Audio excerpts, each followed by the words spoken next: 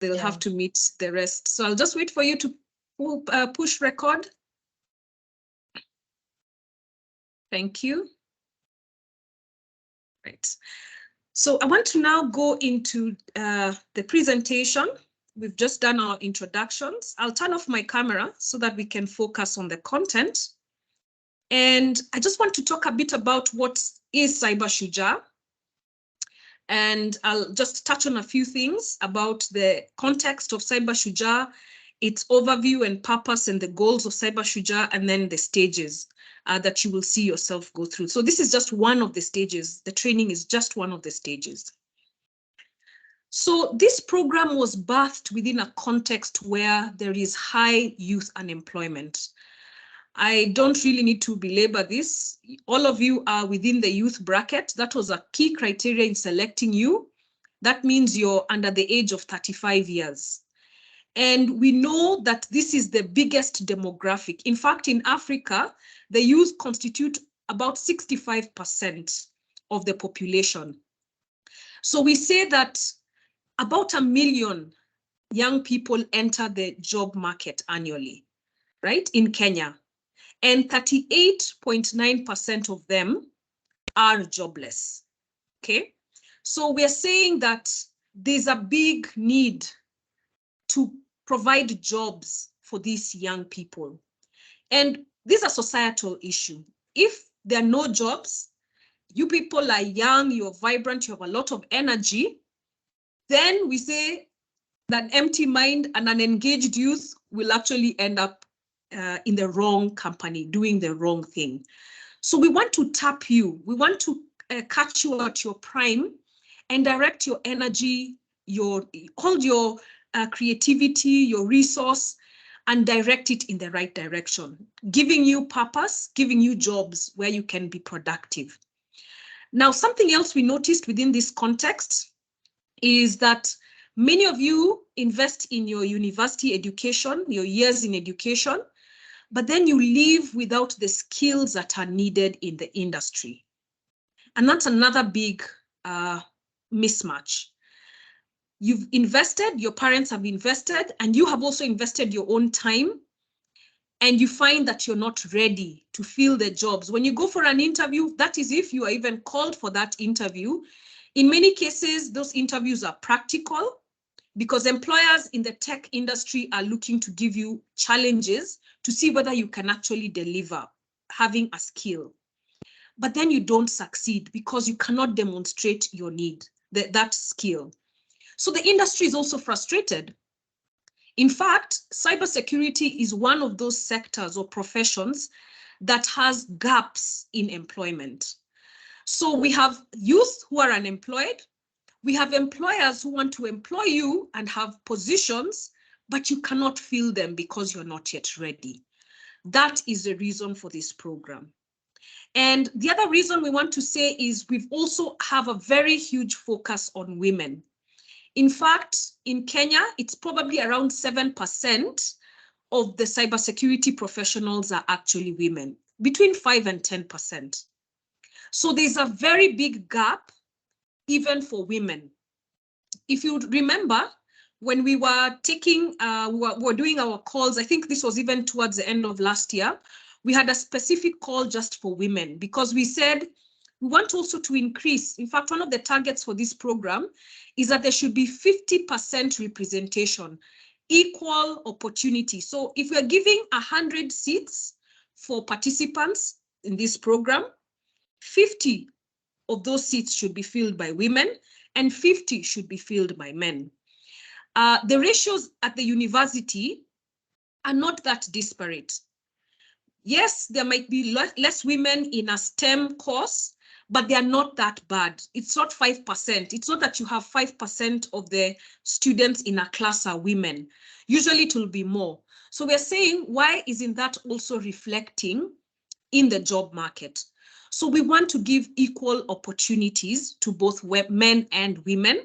And we also take additional steps to mentor and coach women, not just to be competent, but to fill those jobs and to stay in those jobs, okay? And we're not just local.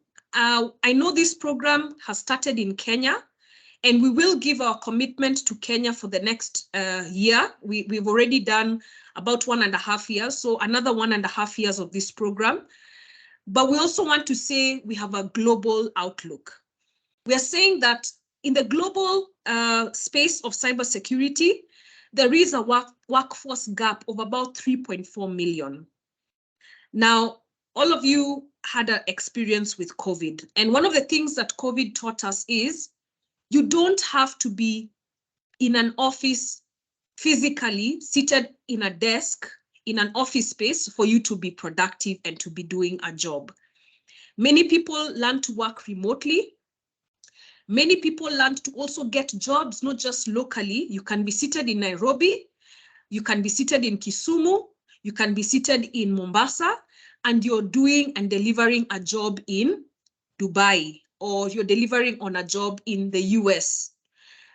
So we just want to also say that these 3.4 million jobs that are open for grabs in the global market, they're also open for you. So this is also something that we're very keen on, in not just addressing the workforce gap in Kenya, but also globally. We want to challenge you all to also fill global and international jobs. And we know that you are able. So if you haven't visited our website, the website is cybershujaa.co.ke. And the aim of this program is to deliver 2,000 decent jobs. Please note the qualifier, the adjective decent, for youth. That is people under the age of 35, between 18 and 35 years. Currently, we're saying this is a Kenya program, and we're saying we're doing this over a period of 30 years. Decent basically means that you're earning more than the minimum wage for Kenya. I know we just celebrated Labor Day, and I know you guys know what that is. So we're saying you're at least earning something more than 24,000 shillings. And we're always pushing for better employment terms. So we are saying you're not on a wage, you're probably on a contract and you're salaried. And you're in a place where you're advancing. Maybe you started and you're improving. Maybe you started as an intern, but wherever you're being placed, you're going to be offered a better contract or a better position being permanent in that organization. We've also mentioned that this is a consortium of Serianu. Serianu is actually the lead partner in this program. We have Kenya Bankers Association and USIU Africa, and we are funded by the Challenge Fund for Youth Employment, which is associated with the Ministry of Foreign Affairs in Netherlands. So this is a program that has been supported by a funder. It is not free, it is sponsored. So each and every one of you are not here riding free. This has also been a sponsored collaboration. Serianu has put in money into this project. Kenya Bankers has put in money into this project. USIU has put in money into this project. And CFYE has matched. CFYE has matched the amount of money that we have put into this project. So we had to put something into this project. I've also said about the age bracket, and I also want to really emphasize that this program is targeting 50% of the beneficiaries to be women. So out of these 2,000 decent jobs, we want 1,000 of them to be taken up by women, okay? Now, we are in the first phase of the program, and I'll be talking about the different phases. This phase that you're starting, we call cyber immersion. And here we're going to focus on a 12-week program. We will do technical and soft skills enhancement. We want you to leave the next 12 weeks with very practical skills, not just technically in your area of focus, which we'll be talking about, but also in terms of your soft skills, your relational skills, those other skills that add something. In fact, HR specialists say that those are the skills that make somebody get a job and retain a job. You could be very technically competent But if you don't have soft skills, you don't succeed in the workplace. The next phase is the incubation phase. And Jen, I noticed we didn't have the 3 other new interns, the 3 new people who we have onboarded as our incubation people. But now what we do with the incubation phase is that we will take those people who want to be self-employed, who have a vision for, not being necessarily employed by somebody else, but creating their own business, right? And in fact, probably even providing employment for others. These are people who are just entrepreneurial in mind. We have a phase, and we actually have an incubation center based physically at USIU. The incubation center is going to have an office space. It has an office space, it has a boardroom, and we'll also give you contacts. So you have like a receptionist.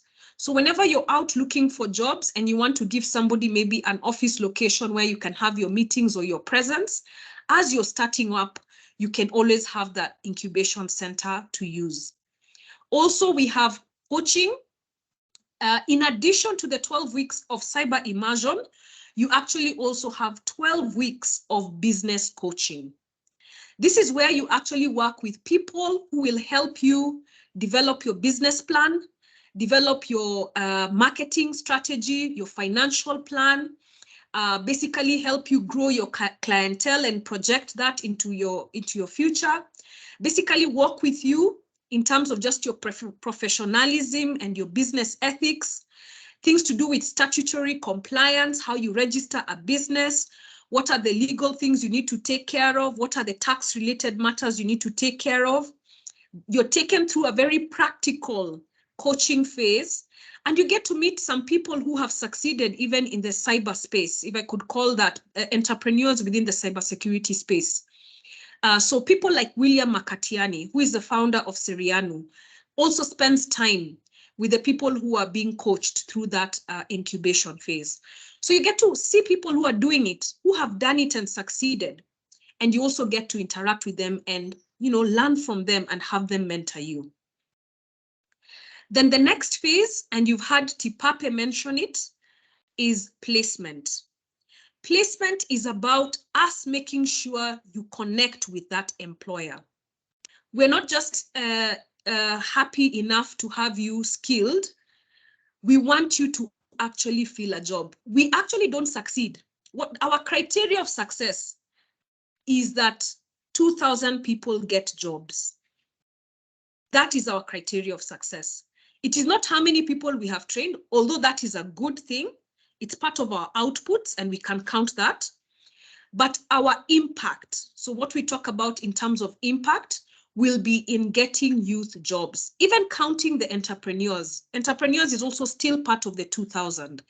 If we can get people starting consulting businesses or just running their own business and succeeding in earning a decent wage, and we also get some of them, if we get them also employed and filling in jobs, in decent jobs in the market, then that is our impact. That is our success criteria.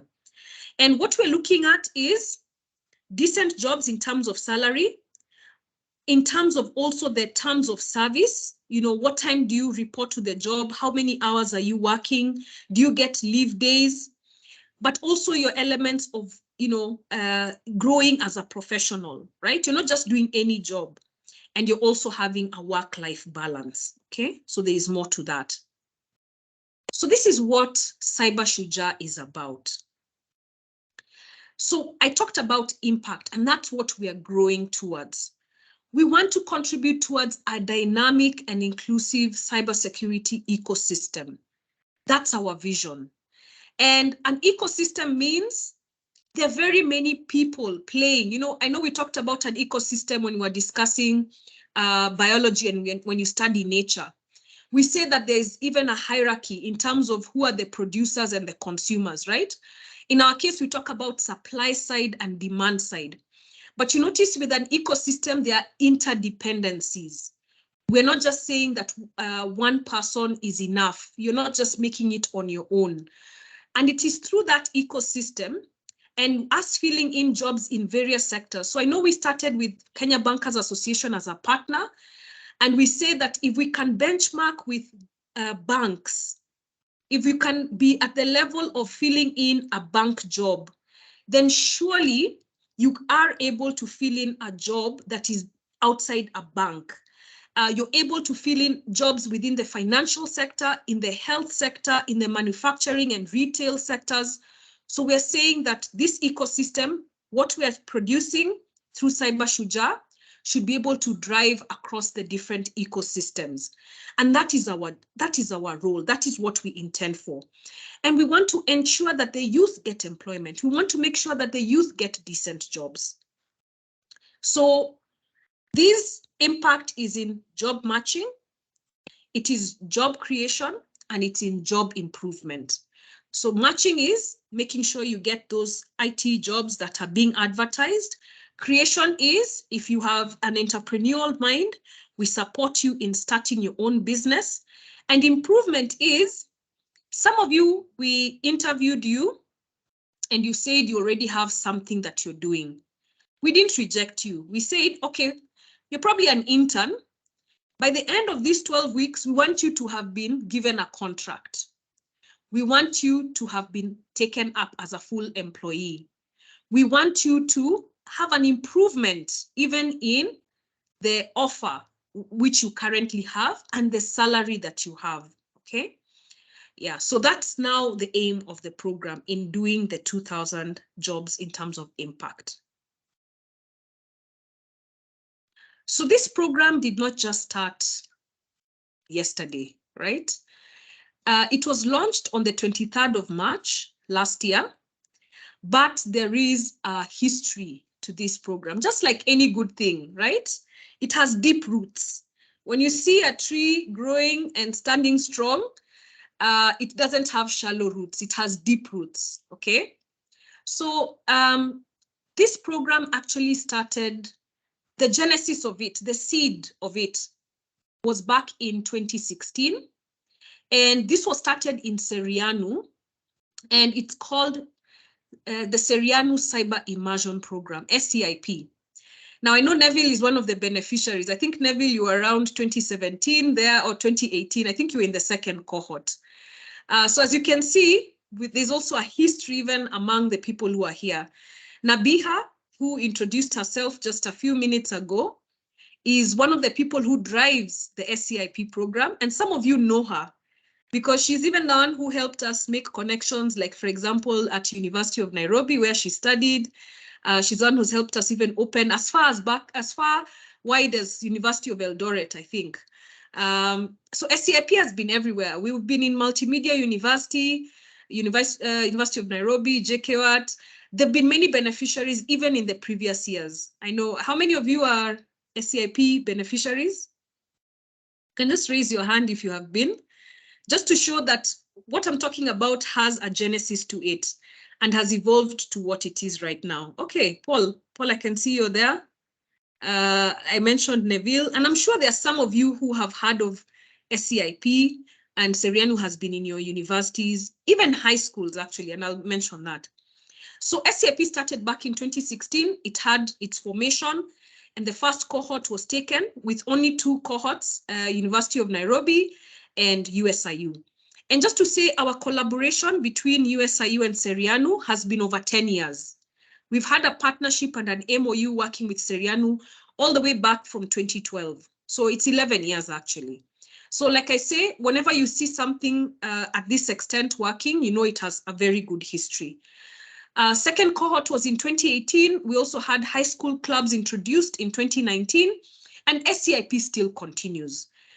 And something else that happened over COVID, which actually is, you know, everything that's what one man's meat could be another person's point. Well, it should be the other way around.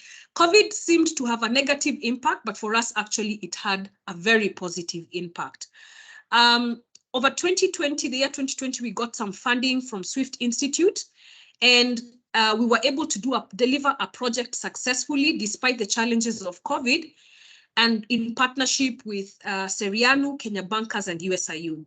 And we're able to deliver some research, which was documented in 3 case studies. And that research is actually has been acclaimed, not just in Africa, internationally, because we were even presenting last year at a conference, international conference in Netherlands, some of the work that we actually did. So that partnership also got us thinking that we could do something together. We could grow this partnership in delivering research, in just making an impact in industry. And the relationship with Kenya Bankers Association and USIU Africa has also been a long-standing one. It's been one that has had a good number of years.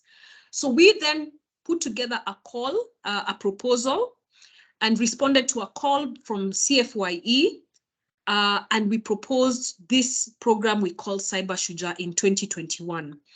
And our proposal was accepted.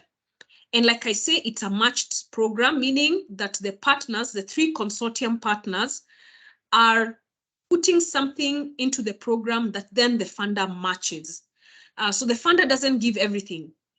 And we in 2022 had everything together. The inception was done, and then were able to successfully launch the program on the 23rd of March of 2022. And this launch is still available. If you want to see the recording, I think it should be on our channel on YouTube. And it was graced by the CEO of Kenya Bankers, CEO of Serianu, and the Vice Chancellor of USIU. At that time, it was Professor Frida Brown.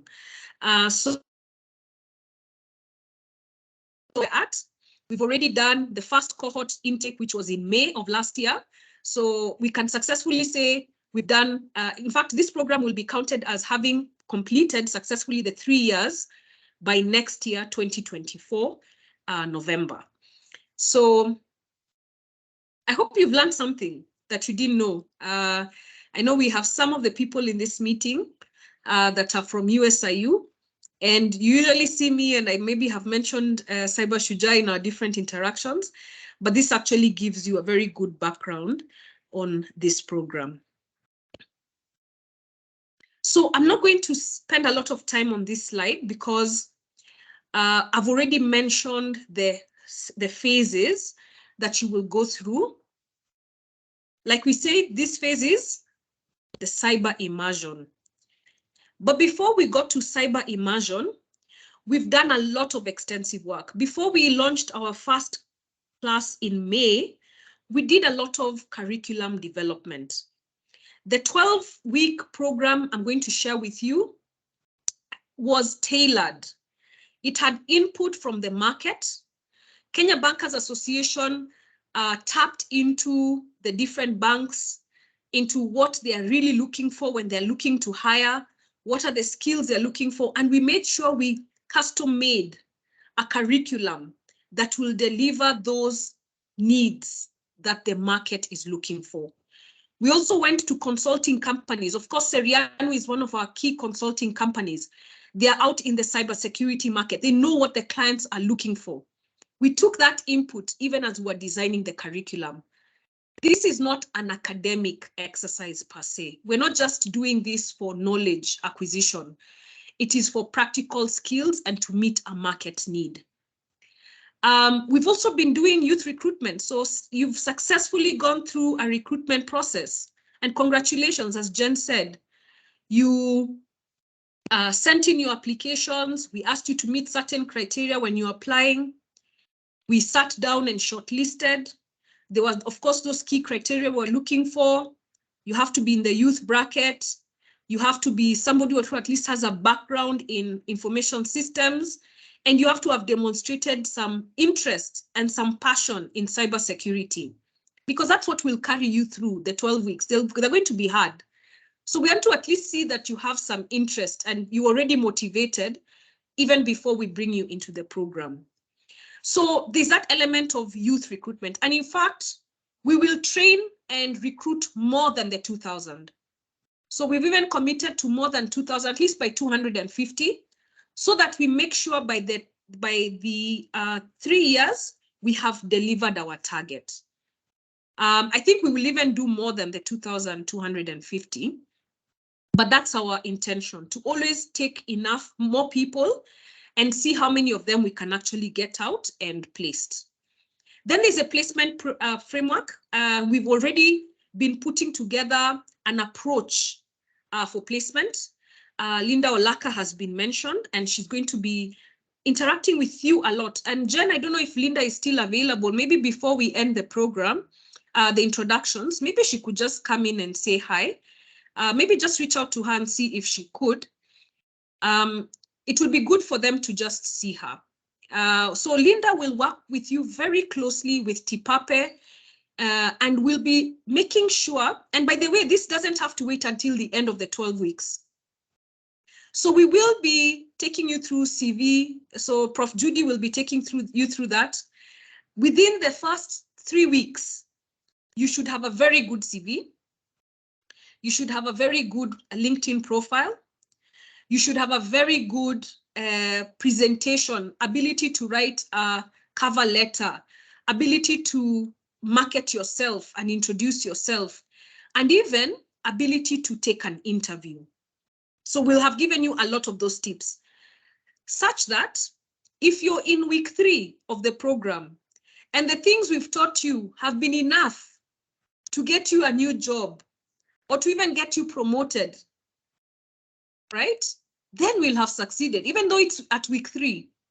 But of course, we'll tell you, you've only benefited up to week 3. What can you imagine how your transformation would be if you completed the rest of the 12 weeks? So we say, even if you get a job, even if you get improved job status, please keep your commitment and finish the 12 weeks, because you will have even more things to benefit from. All right. And we help you with onboarding. So somebody like Linda will work with you. In fact, even if you want to have mock interviews, but we'll talk about that, we'll be creating you into your VGG or tribes.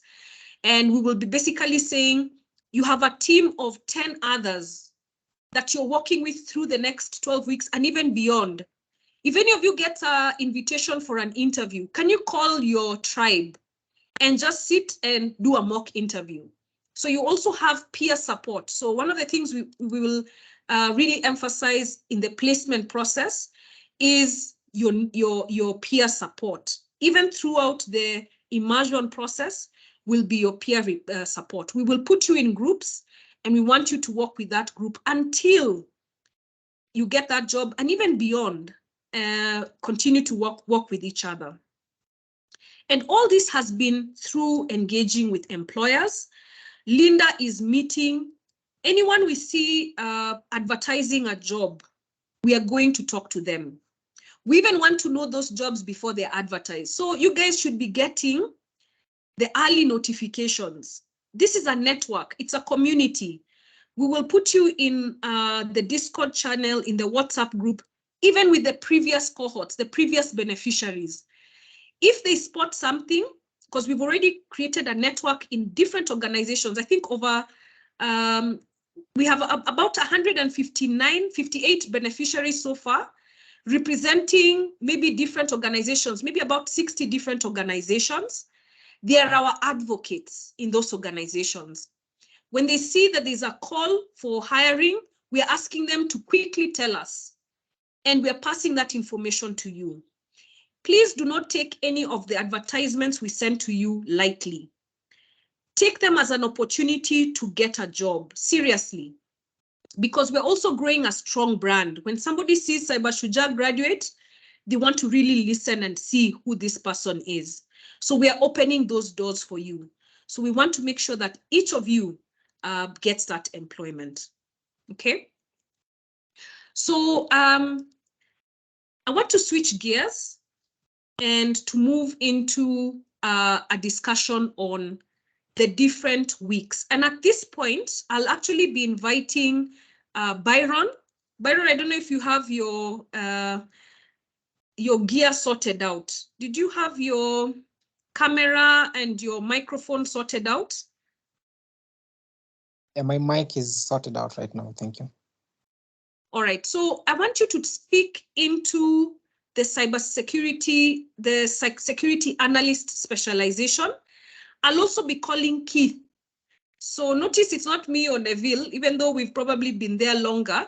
But I want you to see even the people who are emerging, the ones who we're saying are some of our assistant trainers. I want them to talk and speak to you about these specializations. They have taken them themselves. Chris has been a beneficiary. He knows even when he's talking about the 12 weeks, it's not me, maybe as a designer of this program, telling you about it. I want you to hear it from somebody who has taken it themselves.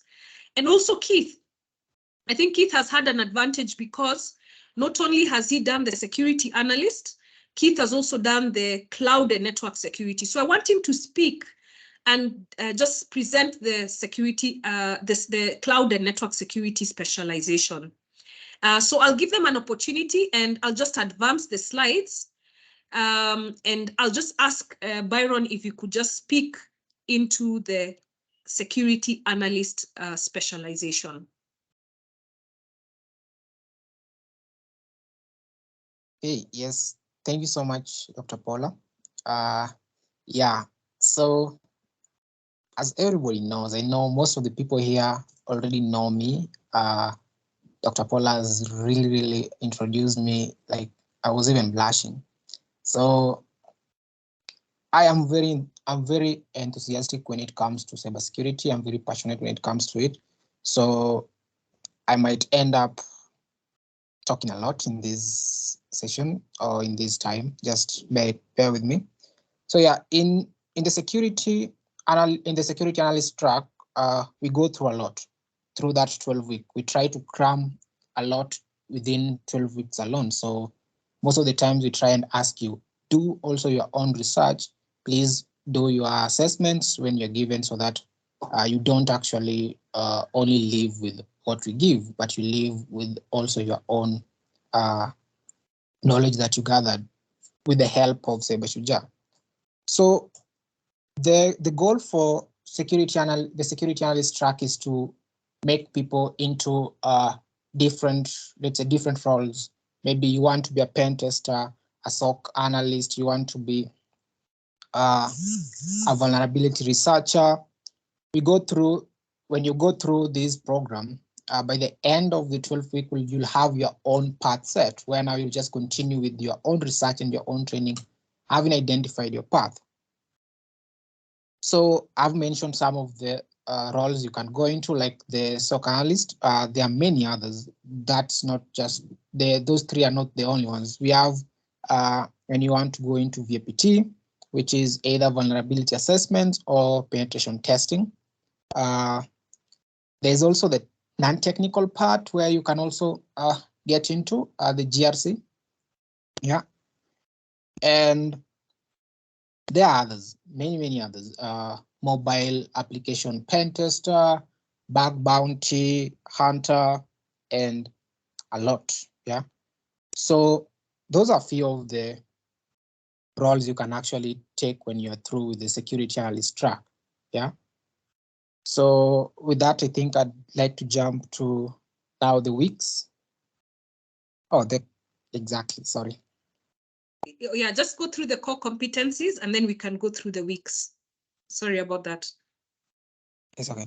So the core competencies here, or what we want you to have by the end of all this, is one, the practical knowledge. We want you to be the IT, the guy will be called when there's a problem, right? The guy who will be relied on in the company when they know, okay, we have a VAPT next week. Let's call Joy, let's call Happy, yeah, because they know like you have the skills. Either you got it on your own, but here we want so that when they call you, we also feel very good because you are from Cyber Shujaa and we are like, okay, at least you're doing something here. So we will actually focus on the practical bit more. I'd even like to say the practical part, the security analyst part where we'll be doing on Tuesdays and Saturdays will be not as fun as the Fridays with Prof. Judy. Yeah, it will be a lot of turning the cogwheels in your brain just to think through a problem or just to get some concept right. So it's gonna be tough, but I know most of us here, or all of us, will actually manage to go through it. And then we also want to put you in this culture of always staying up to date. Yeah, it's not just we are gonna cram in what has already happened or the various techniques that we know currently, and then you stop there. No, we want you to get into this culture of now always being at the top of your game. You're always researching, always, you don't just stay stagnant. Yeah, you are always moving forward. Okay, so that's one of the core competencies we'd like you to have. The other one is we are not teaching you just to go and break. We are not teaching you to go and break stuff. We are teaching you to go and see how someone else could break into something and then try to put up best practices or patches for whatever you find, right? So this is a 12-week program to make you into an ethical person, not taking you through this 12-week program to actually be now the people we are worried about. So that's where also the soft skill part will also try as much as possible to mold you into that, and they will be giving you their skills. As we are giving these skills, also we are worried. So we don't want to be worried. So we'll try as much as possible during those 12 weeks. We try and ingrain to you the need to be ethical and always first think of how to prevent rather than how to break. So we'll be going through the best practices and having you always adhere to those best practices and even come up with your own practices which you'd consider way better for your organization. Yeah, and then for what I've said, that part of it's not always about breaking. It's the same as now we want you to be able to assess the effectiveness of whatever you've put up. You've already come up with best practices. Now you have to assess these best practices, these what we'll term as security controls you have actually set in place. Yeah, assess them and actually give proof that yeah, it works and yeah, it is better than what the organization used to have prior. Okay. The other one is the reporting part. The reporting part, you'll be reporting every week. Every assessment you'll be doing, you'll be reporting. So you'll have to learn how to write better reports, because honestly, when you do a pen test, it's not what the amount of code you wrote. It's not about the vulnerability, how sophisticated it was.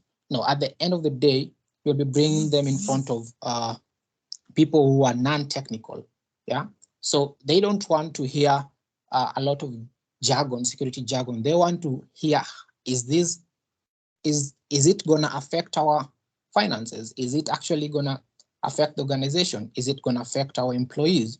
And what are the recommendations you have? So you'll have to know how to actually put whatever you did from the technical bit to now a more friendly way, I'd say user-friendly way, to somebody who doesn't know much about security. So you'll have to learn how to write a report and also how to how to actually give recommendations. This also goes back to where you see the best practices and assessing your controls themselves. Okay. So Also providing recommendations. Yeah. Okay. Oh, sorry. Mm-hmm. It's okay. Yeah. So for the 12 weeks, we'll be going in a systematic kind of way. Yeah, we'll be starting from baby, and then we'll be handing at professional, or let's say advanced expert, right? So we start with week 1, which is computing essentials. Now in week 1, we are establishing a solid foundation of the fundamentals of computer systems and networking. this is very vital. This is a part where you have to do a lot of reading. Yeah. If you, honestly, if you didn't, I assume most of us here have done at least one certification in IT, or maybe most of us did a course in IT, right? So we've gone through the basics, right? But still, we'll redo it again because we know how vital this is. You have to know the environment, understand the various environments. One, the one you'll be using, and two, the one the organizations are using out there, so that you will be more familiar with the tools and the workings of this environment. Yeah.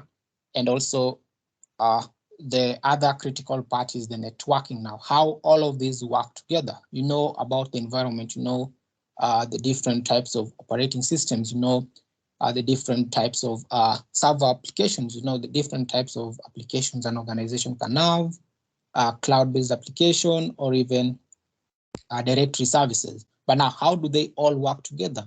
And now that's where we also go through networking, which is very important, especially understanding the OSI model. It is very, very important because just knowing how data is being sent from point A to point B, yeah, gives you a more like a better grounding when it comes to now doing maybe exfiltration, maybe looking for something that somebody, maybe someone had attacked your organization. You'll have to know how to look at the packets and see this is a DNS, this is an HTTP packet and all that. And you have to know how those protocols work at a pretty low level. Next, we go to week 2, which will be the cybersecurity essentials. They are not similar with the computing essentials. Computing, it's all about basics of computers and all that. And then cybersecurity essentials will be covering various threat landscapes and security principles that underpin this penetration testing process. Yeah, now that will be cybersecurity. Will be go through the cyber kill chain, the laws, some of the best practice, some of the what's called, some of the some of the pen testing processes, and also some of the security principles in short, okay, sorry, I'm losing my train of thought. I'm really sorry about it. So essentially, we'll be going through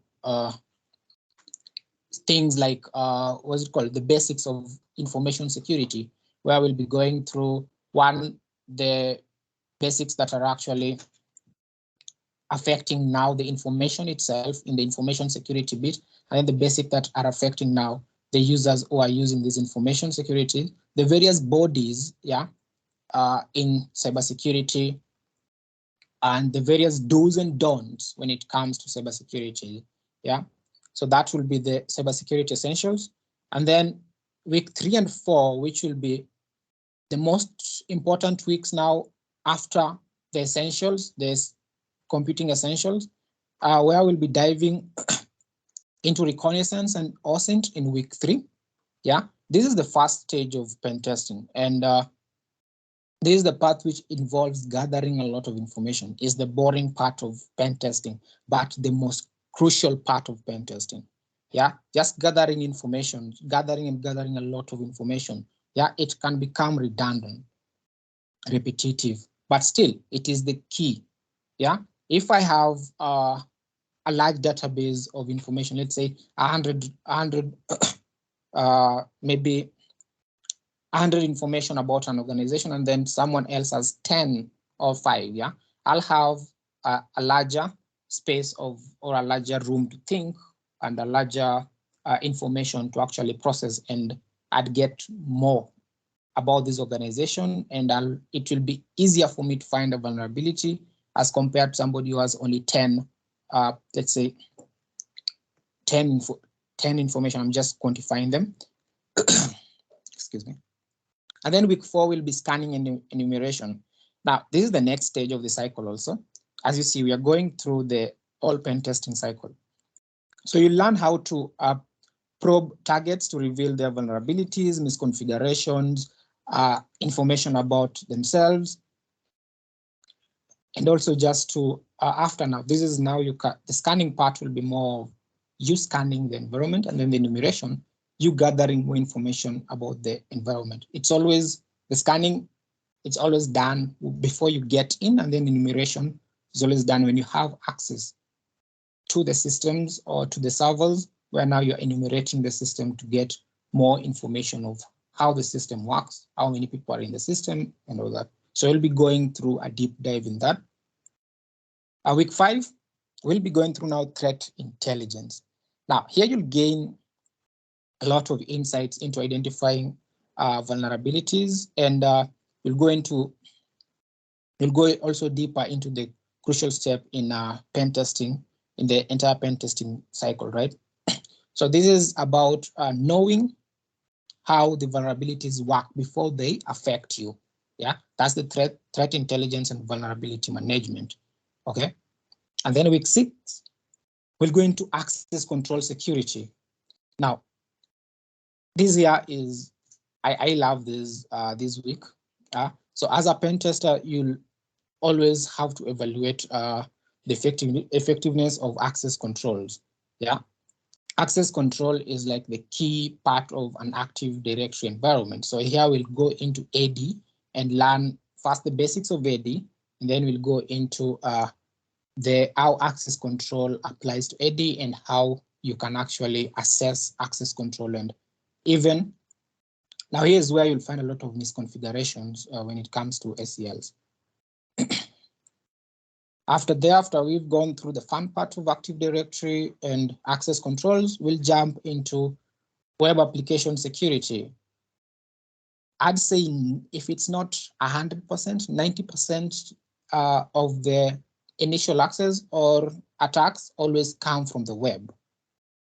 Yeah, so this is a key area of penetration testing.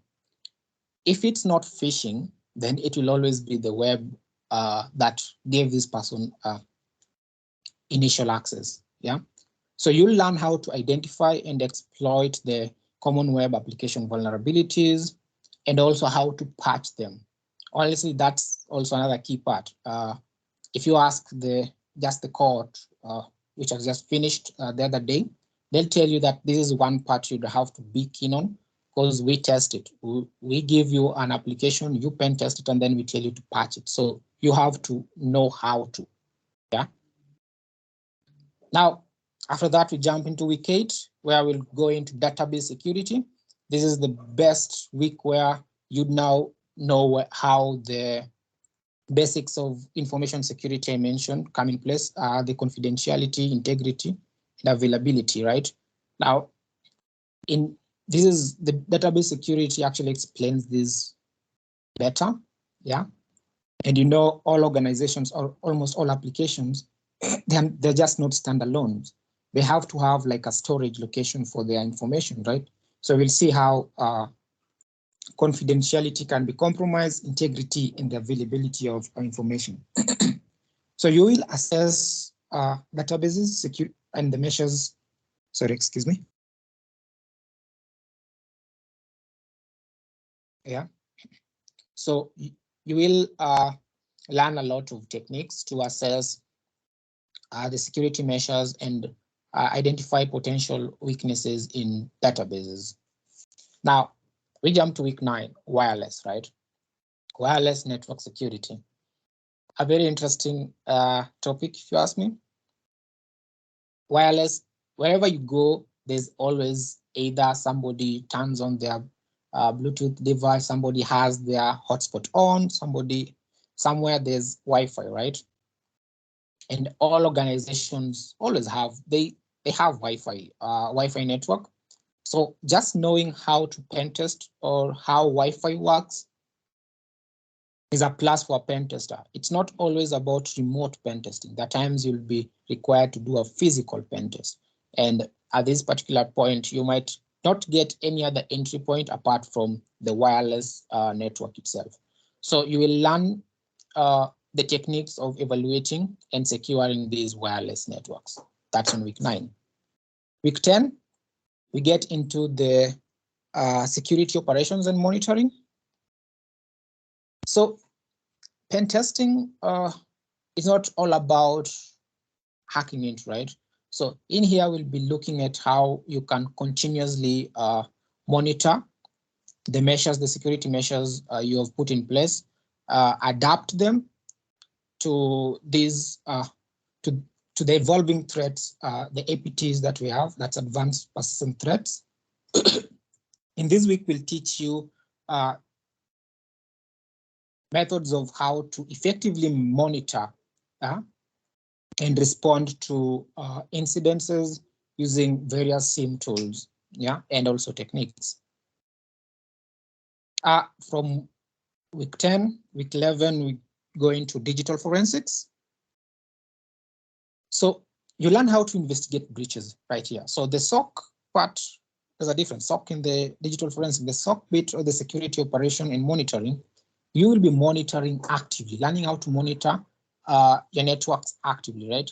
But now when you come to digital forensics, now is like post, just maybe the organization feels like they've been breached, or when the SOC has identified a breach. Now here's where now we are doing or we are investigating this breach, yeah, which is very vital for an organization and a very vital skill for an individual to have. Because most of the times you've been breached, but you still just don't know it, right? You've already been breached, but you just don't know it, because we always assume, or we always make this assumption that we are vulnerable. If you make an assumption you are very secure, then you're just going downhill unknowingly.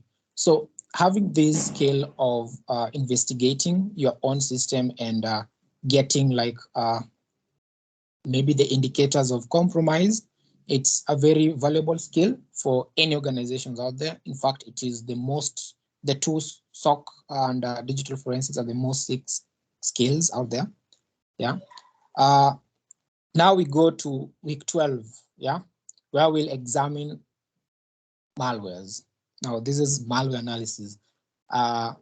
When you hear malware, you just start trembling, right? Because it always points to something malicious, malware, malicious software.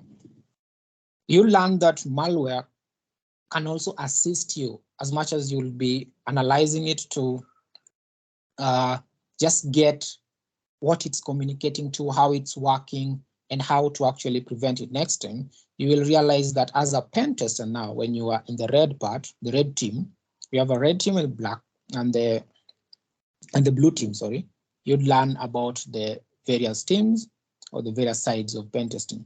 So as a red team, you'd learn that just the knowledge of how malware works and how to create your own simple malwares can assist you in your red team scenario, right? So here you will learn how to dissect, analyze these malwares, and also just know like the basics of creating your own. It won't be as detailed as you creating WannaCry, but it will be something as showing you the development cycle of a malware dev. So yeah, that will be the entire 12 week, which will conclude with a very, very interesting exam. Thank you, Byron. Thank you so much. I know I sprung a surprise on you. Yeah. I know I must have caught you off guard, but that's how you know when somebody is really prepared about anything. I know Keith is also in the same situation, but at least he's had a few minutes just before you as you were speaking. So Keith, I'd like you to just kindly take us through the cloud and network security specialization. You've done a great job, Byron. Dr. Paula? Yes. Oh, I wanted just to add one more thing maybe before we go to cloud. Uh-huh.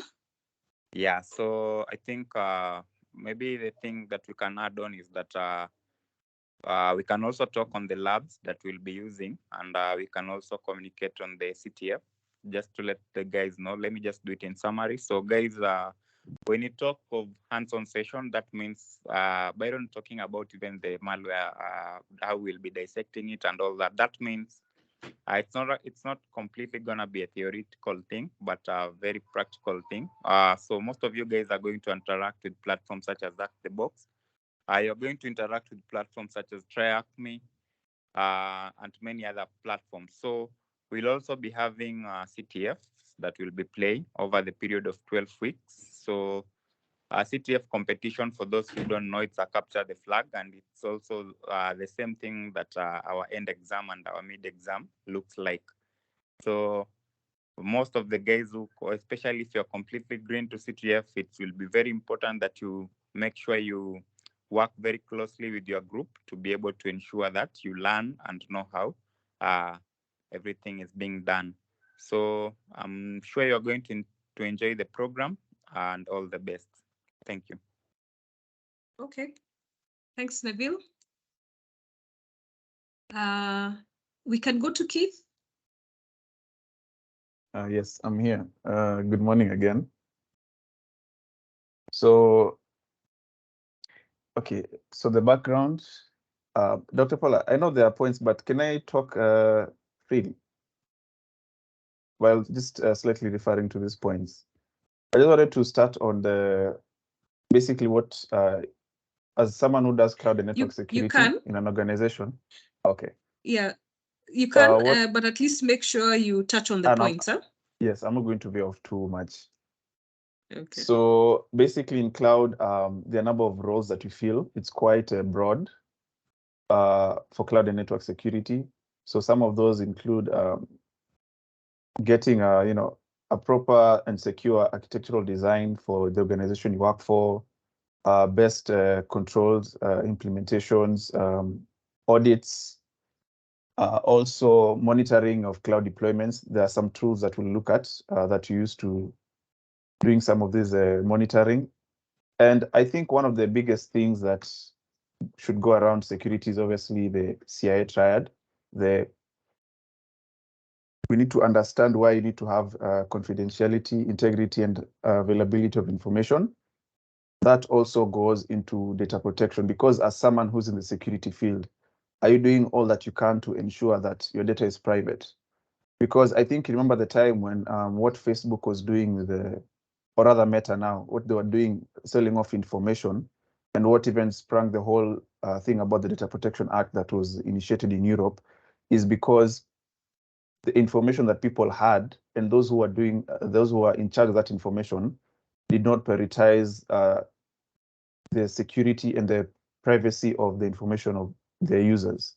So that showed a lot of lack of preparation, and honestly, quite unethical from them.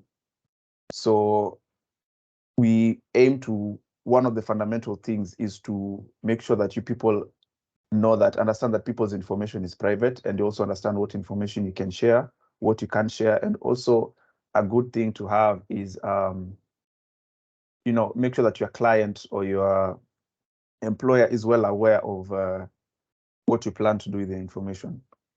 So another thing we'll also do is threat hunting and monitoring, as I've mentioned. So we can go to the next slide.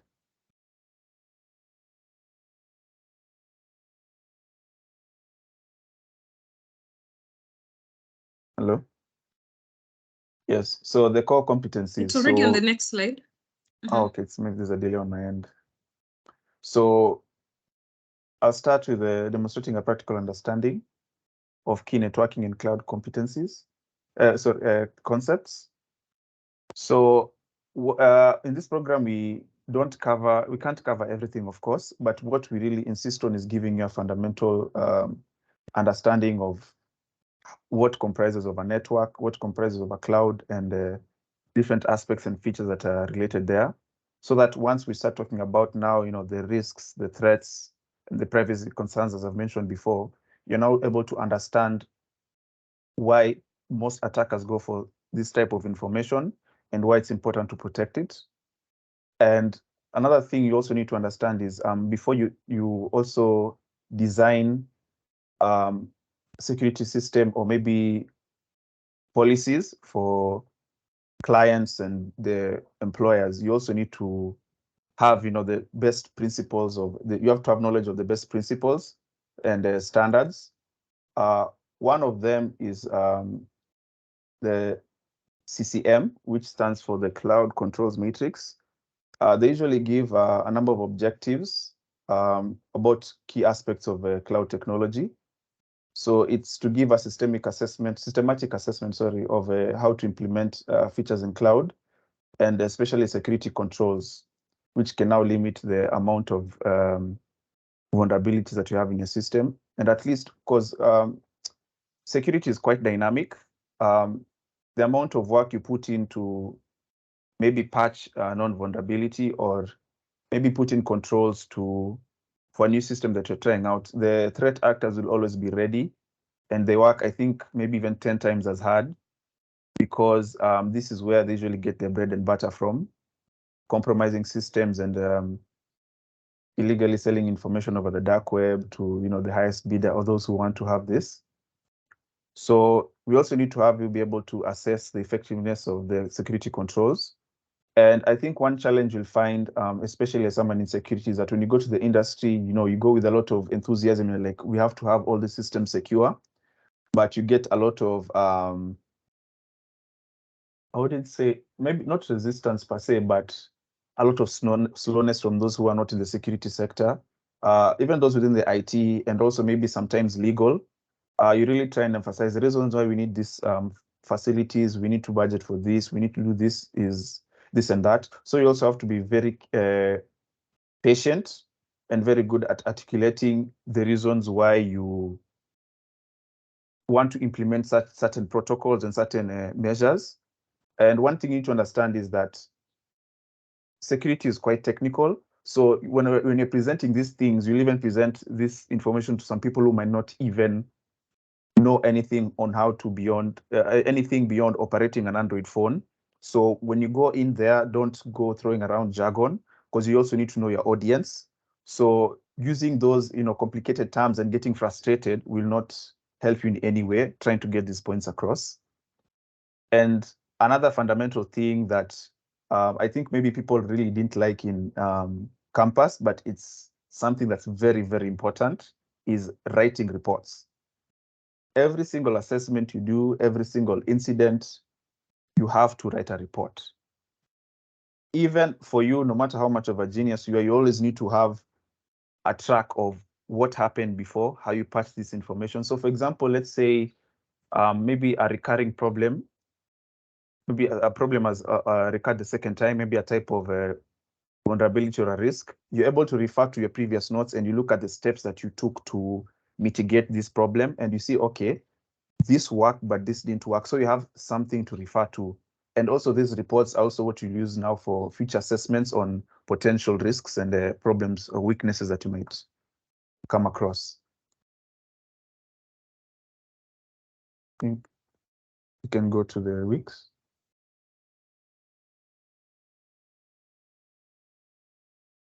Okay, so speaking on the fundamentals that we start on, so we'll go to the basic models and protocols.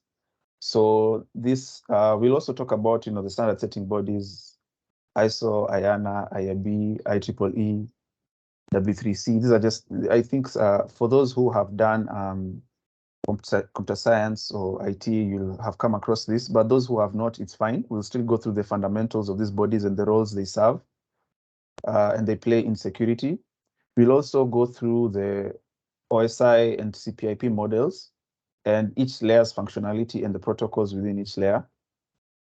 One thing we'll be using, especially for this first 5 weeks, is a packet tracer, so that we're able to simulate in real time and also in simulation what happens when information goes from one point to another. So for week 2 and week 3, we'll be examining the network layers. So again, we will go through the OSI and TCP/IP models. We'll also talk about the network access layers specifically.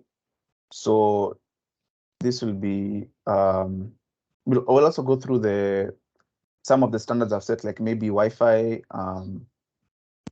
the IP protocols, that's version 6 and 4.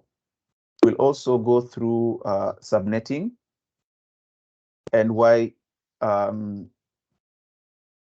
actually, for the week 4, 5, 6, and 7 layers, I think we'll segment them into 2. But that we'll talk about that one later. So one of the things we'll talk about in subnetting is we'll show is simulate how switches work. So on the packet tracer, we'll be practical on how we go about these things. I remember during the interviews, a lot of people said the reason why they wanted to join Shujaa is because they were tired of reading about things and they want us to demonstrate more.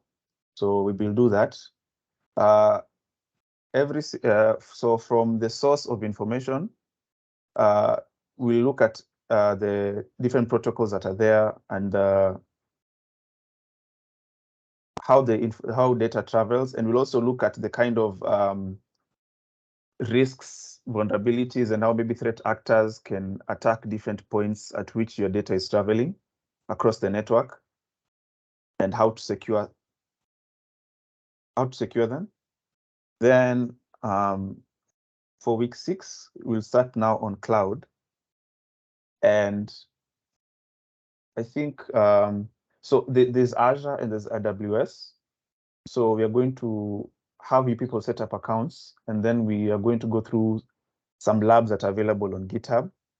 And of course, again, we'll also go through the fundamentals of cloud. Start with the basics, like the different cloud models we have. We have public, private, hybrid, and we'll also look at companies that offer different types of service models. And basically compare head to head and see what offers what company offers what type of services. And again, I usually encourage people when they're recommending different cloud services is that you don't stick to one.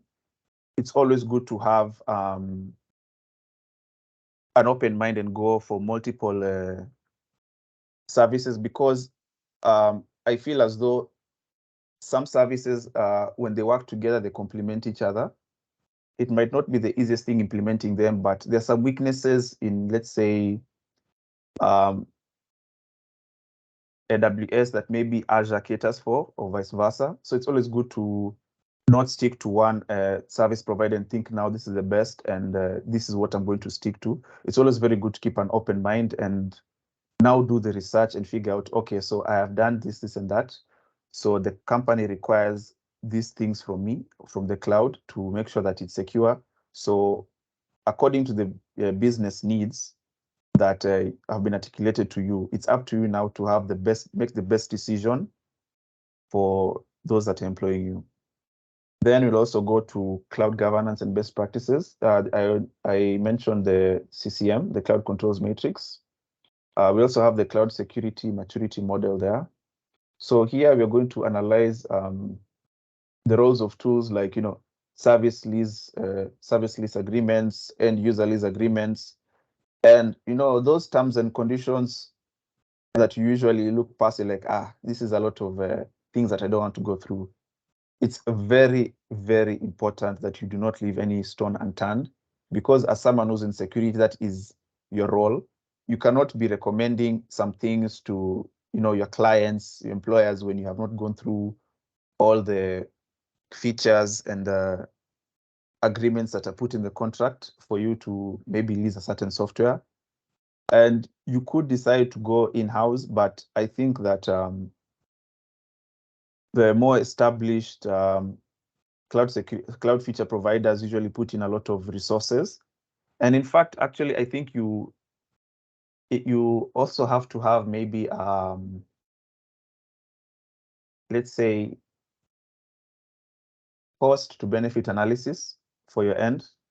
You also need to look at the size of your organization or the clients, depending on who you are talking to, and figure out what the best practice is. You also don't want to recommend something that's too expensive or something that is extremely cheap and doesn't fulfill all the roles, or rather all the functions that is needed for this particular organization. And as much as you want to tick certain boxes for yourself personally and think this is how a cloud setup should be for this organization, you really need to look at what the client needs. So after you get through that, you'll be like, okay, now, as much as I've recommended this, and this is what I feel suits your needs, you should consider adding this, this, and that. And then now you go ahead to explain why this is more important. And that's why the report writing comes in, so that you can share this information with the clients and the organization. So we'll also go through identity, credentials, and access management. So a key thing here is privilege management and role-based access control. So I think some of the benefits of the role-based access control is, okay, let me just talk about what role-based access control is. It's basically a method of restricting access on the network.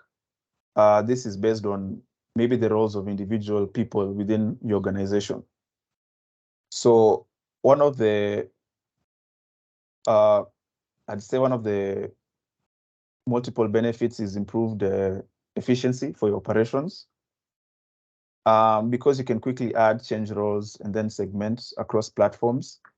It also cuts down on like potential problems or errors, because you can imagine, for example, giving someone in HR access to maybe the same access for those in tax, for those in maybe finance. You know, there's some kind of information that does not help them do their jobs in any way. And also a good thing is enhanced compliance. Like I talked about data security and privacy. In an organization, for example, let's say a hospital, you don't need to have every single person have access to confidential patient information and a chart of the health records. That should be specifically for doctors. So as you can see, even in such a case where someone who is in security or IT has a rundown of many things in the system, there are still some certain areas that they should not have access to. And also decreased risk of maybe data leakage and breaches. I think having an identity and access management system is really, really fundamental. And some of the best practices, I think, in the role-based access control is, again, research is always good. You need to create a list of resources that require access. Then, okay, this could include, you know, passwords, databases, emails. I actually had a case of a friend of mine who told me that they had to restructure their access control system because one of their employees, who was a SOC analyst, had access to emails and the database for the emails for the company. So what they ended up doing was selling this information to a third party who was a competitor. And then it became quite a problem because once this information got out, they lost quite a bit of customers, and they work in the banking sector. So you can imagine, I think generally security should be taken seriously everywhere. But I think one thing that people really don't like to mess around with is their money. So when I say that, it doesn't mean that, oh, because you're not working at a bank or a hospital, you are lax when it comes to your systems. You should always have the best security controls and practices, regardless of where you work. So under securing cloud compute services, storage, and data, we will analyze risks to cloud compute services. We'll also be heavily looking at virtual machines on the cloud and distinguishing key concepts in the cloud computing space, server virtualization, containers.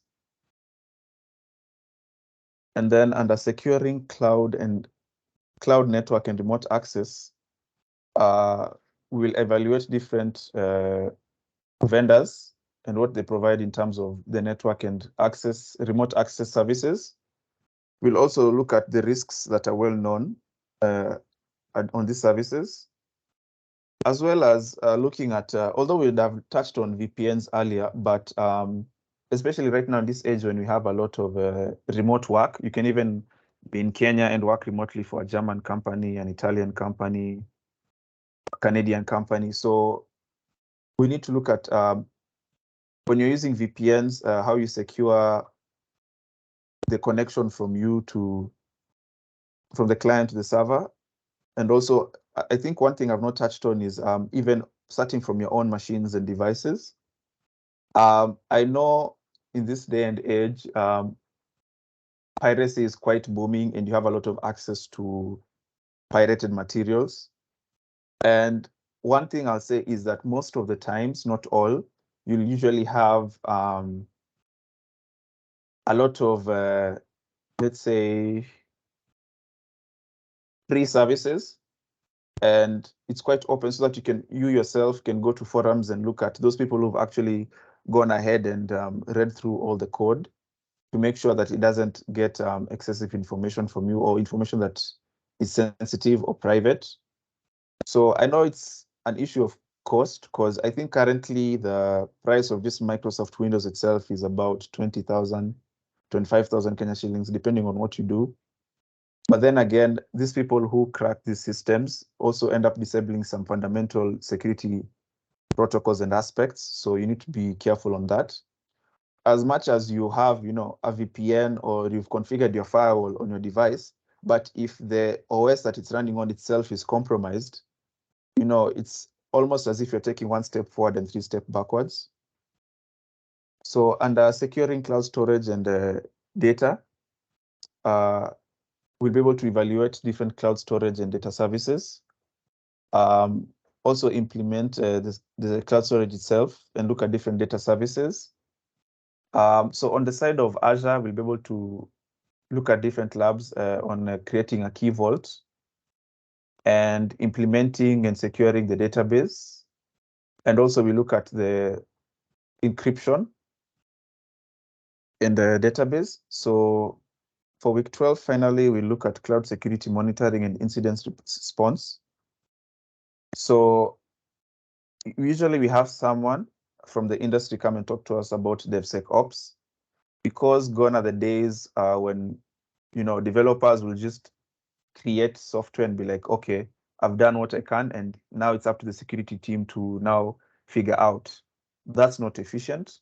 So the kind of practices that I encourage these days is, as you're developing, you also implement security features for the software on your own, so that now when we come and do a vulnerability assessment or the penetration testing, we'll be like mitigating so many of these security risks and vulnerabilities. Because what happens is, once we assess these things and you have a ton of things that you need to fix and patch, that's more work to you. So we have something like a Visual Studio that has a lot of extensions that, as you're writing code, it will highlight, this security practice is obsolete. Try, using a more recent one. It will even go further to explain to you and even give you a write-up on why it would recommend implementing this type of security protocol as opposed to this. We'll also look at the SDLC, which is the software development lifecycle. And this is in regards to operations on the cloud. And we know development is a continuous thing because there's continuous improvements, adjustments, and IT never sleeps, it never stops. So you always need to be on your toes to figure out if the kind of systems you have in place and the protocols and the policies are up to date and they are benefiting the organization as they should. So that's basically what we'll run through in the 12 weeks. It's under a lot of theory, but I can promise you there's every single week we'll have at least 2 or 3 labs that we will go through. Me and George will take you through all of them where you get stuck. So feel free to always raise questions whenever you don't understand. There's a Swahili saying that kuuliza si ujinga. Do not fret to ask any questions. And I know there are those who may not be able maybe to ask in class, maybe due to time constraints or maybe even shyness. I'll just say that one of the things that Prof. Judy will talk about in soft skills is gaining confidence to talk, because aside from the technical stuff, I think soft skills are very underrated not spoken about enough in the work industry, and this is something that will go through the soft skills.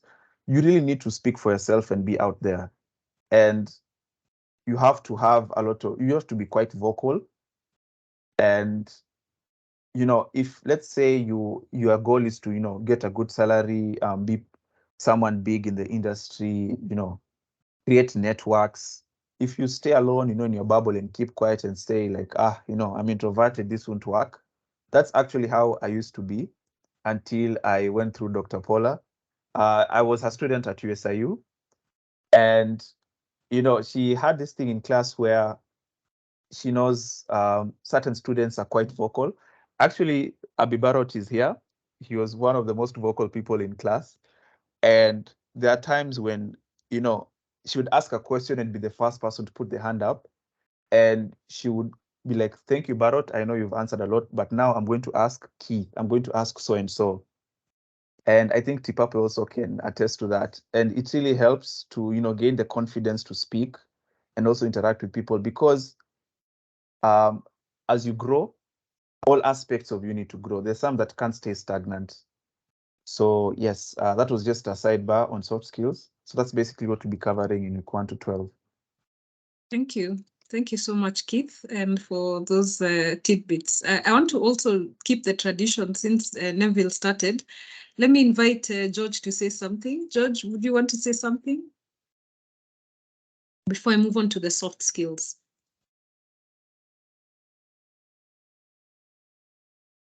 Hello. Hello. Yes, can you hear George? me, Dr. Paulo? We can hear you. Go ahead. Okay, actually, at the moment, I don't think I have much to say, but I can just give them the anticipation to learn a great deal ahead, because as Keith pointed out, that they needed that hands-on experience on what we'll be doing, or at least the theoretical part of what they have learned in campus. That's the very thing we hope to give to them in the process of in the course of the 12 weeks. So I anticipate to interact with them in a practical way. Right. Thank you. So let's go to soft skills. Now, I've just quickly scanned, and I think Prof. Judy had to drop off. She had another meeting. So let me just speak a bit more on the soft skills. So Prof. Judy Oma is going to take you through this. And it will also be a 12-week. So you're going to be doing two things. You're going to be doing the technical. So, and I'll be talking about the schedule.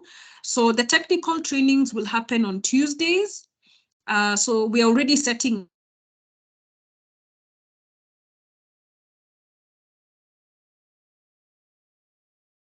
doing the soft skills on Fridays. So you have 2 training sessions, and we have an additional consultation session on Saturdays. So in case you're having challenges, you didn't understand something, then you have a Saturday evening, because then you don't have an excuse to say maybe Tuesday I was engaged, or Friday I was engaged. You can now ask your questions and interact then. So soft skills is a very essential part of employment and growing in your career, staying in your career and growing in it. In fact, they say the reason why a lot of the hires don't work, these are recruiters, they say it comes down to soft skills. And not only in terms of you being hired, but also whether you stay hired and whether you grow and progress in your career. Now, a lot of the soft skills we're going to be mentioning will be transferable. In fact, they're not dependent on whether you're an IT person or not. These should be, they cut across and apply across different job sectors and categories. And if you get these things right, you will have a competitive edge. It will distinguish you. It will set you apart from the rest. So the core competencies we are working towards are 5. That you will be effective and a very persuasive communicator. You will be able to work well with others and lead effective teams. So not just be a good team player, but also be able to take up leadership. That you will be creative in problem solving. This is a skill for the 21st century. We need this. We're dealing with very complex problems. relating to not just technology for technology's sake, but we're dealing with complex problems in terms of climate change. We're dealing with complex problems with regards to healthcare. We're dealing with complex problems relating to security, even physical security, even in terms of warfare. We're dealing with complex problems even regarding to food and livelihood. So you need to be able to take technology, not just for its own sake, but be able to solve those challenges and take advantage of opportunities as they present themselves. We also want you to be healthy. We want you to be able to live healthy lives, physically, mentally, emotionally, financially. We want you to be able to not just survive, but really thrive. And a lot of these things, this is when we talk about having a balanced life, a lot of these things touch on beyond just your technical career.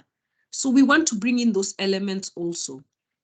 And we also want you to be able to sell yourself to potential employers, secure that job, and be very effective even in your negotiation of your employment terms. So just in terms of a week-by-week breakdown, you've already seen those topics highlighted, and I'm very conscious about time because the 2-hour mark has already passed. But it's good because you've heard from different voices. But let me just quickly run through this because I just want you to at least understand what we will be covering. Week 1 will be on your CV and resume, and also building on your LinkedIn profile. And actually, the activities in the first 3 weeks should get you employed. So we've designed it such that you'll work on your CV, you'll work on your LinkedIn profile, you'll work on your personal branding, you'll work on your employability, interviewing, and negotiation skills, such that even by week 3, should you get some of those advertisements for job opportunities, you will be able to apply. Many of you are already graduates. Many of you have been in different engagements, including internships and different ways you've been employed. So we want you to be able to take advantage of those jobs. You are ready for employment. We'll be polishing you and we'll be making you, sharper in terms of getting those jobs. But we want you to know and feel and be confident that you are ready. Then we'll also be taking you through professionalism, ethics, and integrity. That's a very key point. I think even Byron touched on it in his presentation. We'll be taking you through teamwork and collaboration. And this particular piece will be weaved in through everything we're doing. You'll be set up in groups. And in this particular cohort, we even want to set an award. We want to set an award for all groups that start together and finish together. Like the military, they say if you go for war, you never leave anyone behind, right? So we want you guys to learn how to work as teams effectively, leveraging on each other's strengths and playing down weaknesses and being able to collaborate even on projects. One of our joys will be when we go to incubation, maybe some of the people who are registering jobs met each other through Cyber Shujaa. Maybe they sparked interests and realized this person is really good and this other person is really good. We can probably come together and form some business venture and we can go for certain opportunities together, okay? So week 6 will be also focusing on critical thinking and problem solving.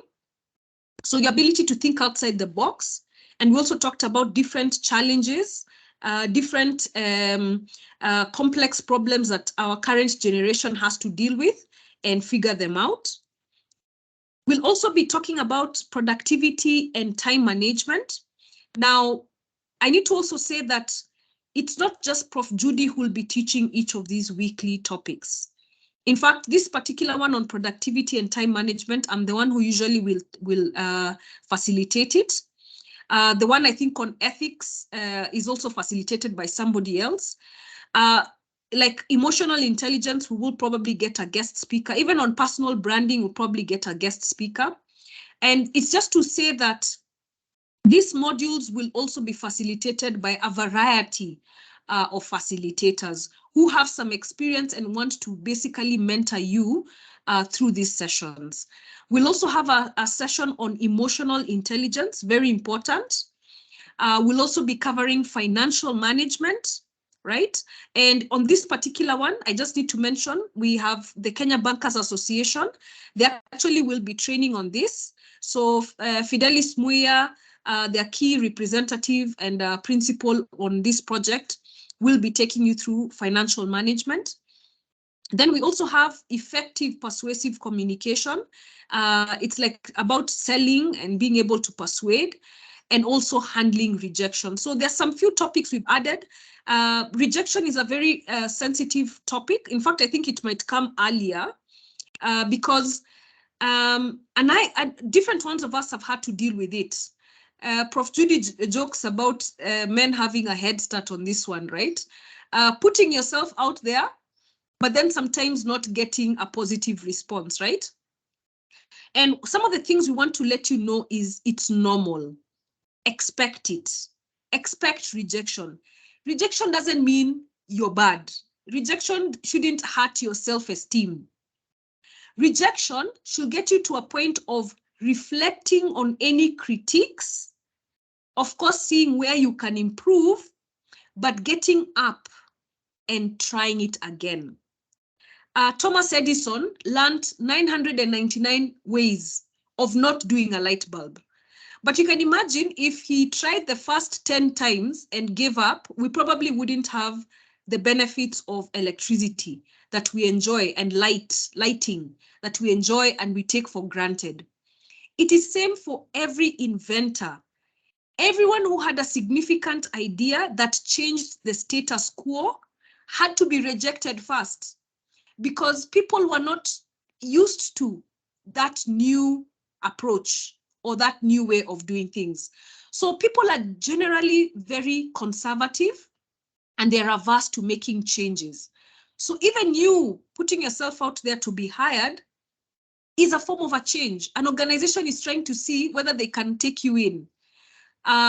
So even in careers, by the way, like even for mine, we write a lot. We write papers and we put together ideas. We get rejected more. In fact, you get rejected 7 times more than you ever get an acceptance. The rejection rate is usually around 70%. So if you give up, you never publish. If you give up, you never get a job. So the idea here is to be resilient. Yes, to take rejection and to rise up and continue operating, okay? So these are some skills your generation and our generation, we all need them. And we will also be inviting guest speakers. So we have a standing evening meeting for career mentorship and coaching. Every Thursday, I think we've evolved. I think at some point it used to be on Wednesdays, but this has now moved to every Thursday evening. And we do about an hour and we invite somebody from industry to come and tell you, like, for example, what's a day in the life of a SOC analyst? We look for somebody who's maybe a governance and risk and compliance consultant, an auditor. Then they'll come and share with you about their career. So please keep it as a running schedule. It also builds on the soft skills training. And there will also be some of them even re-emphasizing some of the topics we've covered in the curriculum, okay? So I just want to invite Jen, again, for you to just hear a different voice. Jennifer, I'd want to ask that you take us through the section on what is required of you, and it will cover specifically on the commitment that we're asking you to make and the code of ethics. All right, thank you, Dr. Paula. I hope you can hear me. Yes, we can. All right. So I hope you guys are excited after seeing the schedule and what we're going to get into.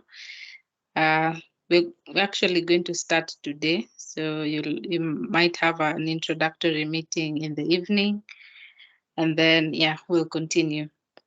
But I hope you're excited. I hope you're pumped to start. So I'll just give a brief on what is required commitment-wise. I know some of you asked this during the interviews. Like we've said, and I'm going to repeat, this is a very practical, Cyber Shujaa is a very practical course, so it's time intensive. You'll need close to 20 hours a week on assignments to be able to complete all your assignments successfully and to be able to understand, because you're not just doing the assignment for the sake of completing, you also want to gain skills from that. So it's very time intensive, so we'll need you to commit at least 20 hours a week. That's at least. If you're fast and you have a background, 20 hours might be enough. But if you're starting from scratch, I think you might need more time. So you can prepare yourself for that. And then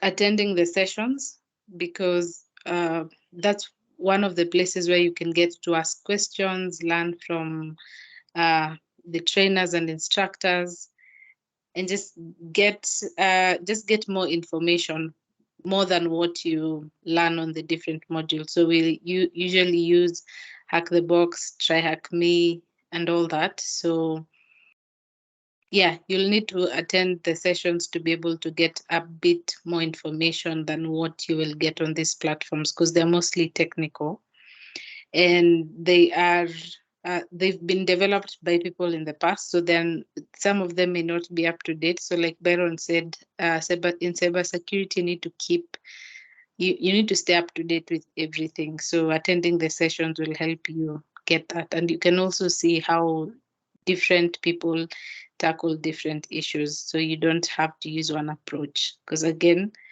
the thing about cybersecurity, you have to not just learn how attackers do it, you also have to be able to find new ways of thinking how to tackle a problem. So that's what we do in our weekly coaching sessions with the instructors and also your fellow classmates. Please be on time so that when we join, we can also end on time. I know I'm saying that and we are already 10 minutes past time. So I apologize for that. So we will ask you to please be on time and participate. I can tell you for a fact that some of the things I was able to learn in Cyber Shujaa was just putting myself in the hot seat. When they say who can present their screen, be the first one to do it, because that's how you learn. You know what you don't know, and then after you know what you don't know, then you can learn what you need to learn. So engage, participate, that's the best way to learn. And before you know it, you'll also be feeling like a pro. The first few weeks, it feels daunting, but as you go on, as you keep participating and engaging, you get to know more. One more thing we like to emphasize is take part in the CTFs, the challenges that we give in you get in class. Please take part, because that's how you know which sections you're not good at or which sections you need to put more effort in. So make sure you do that.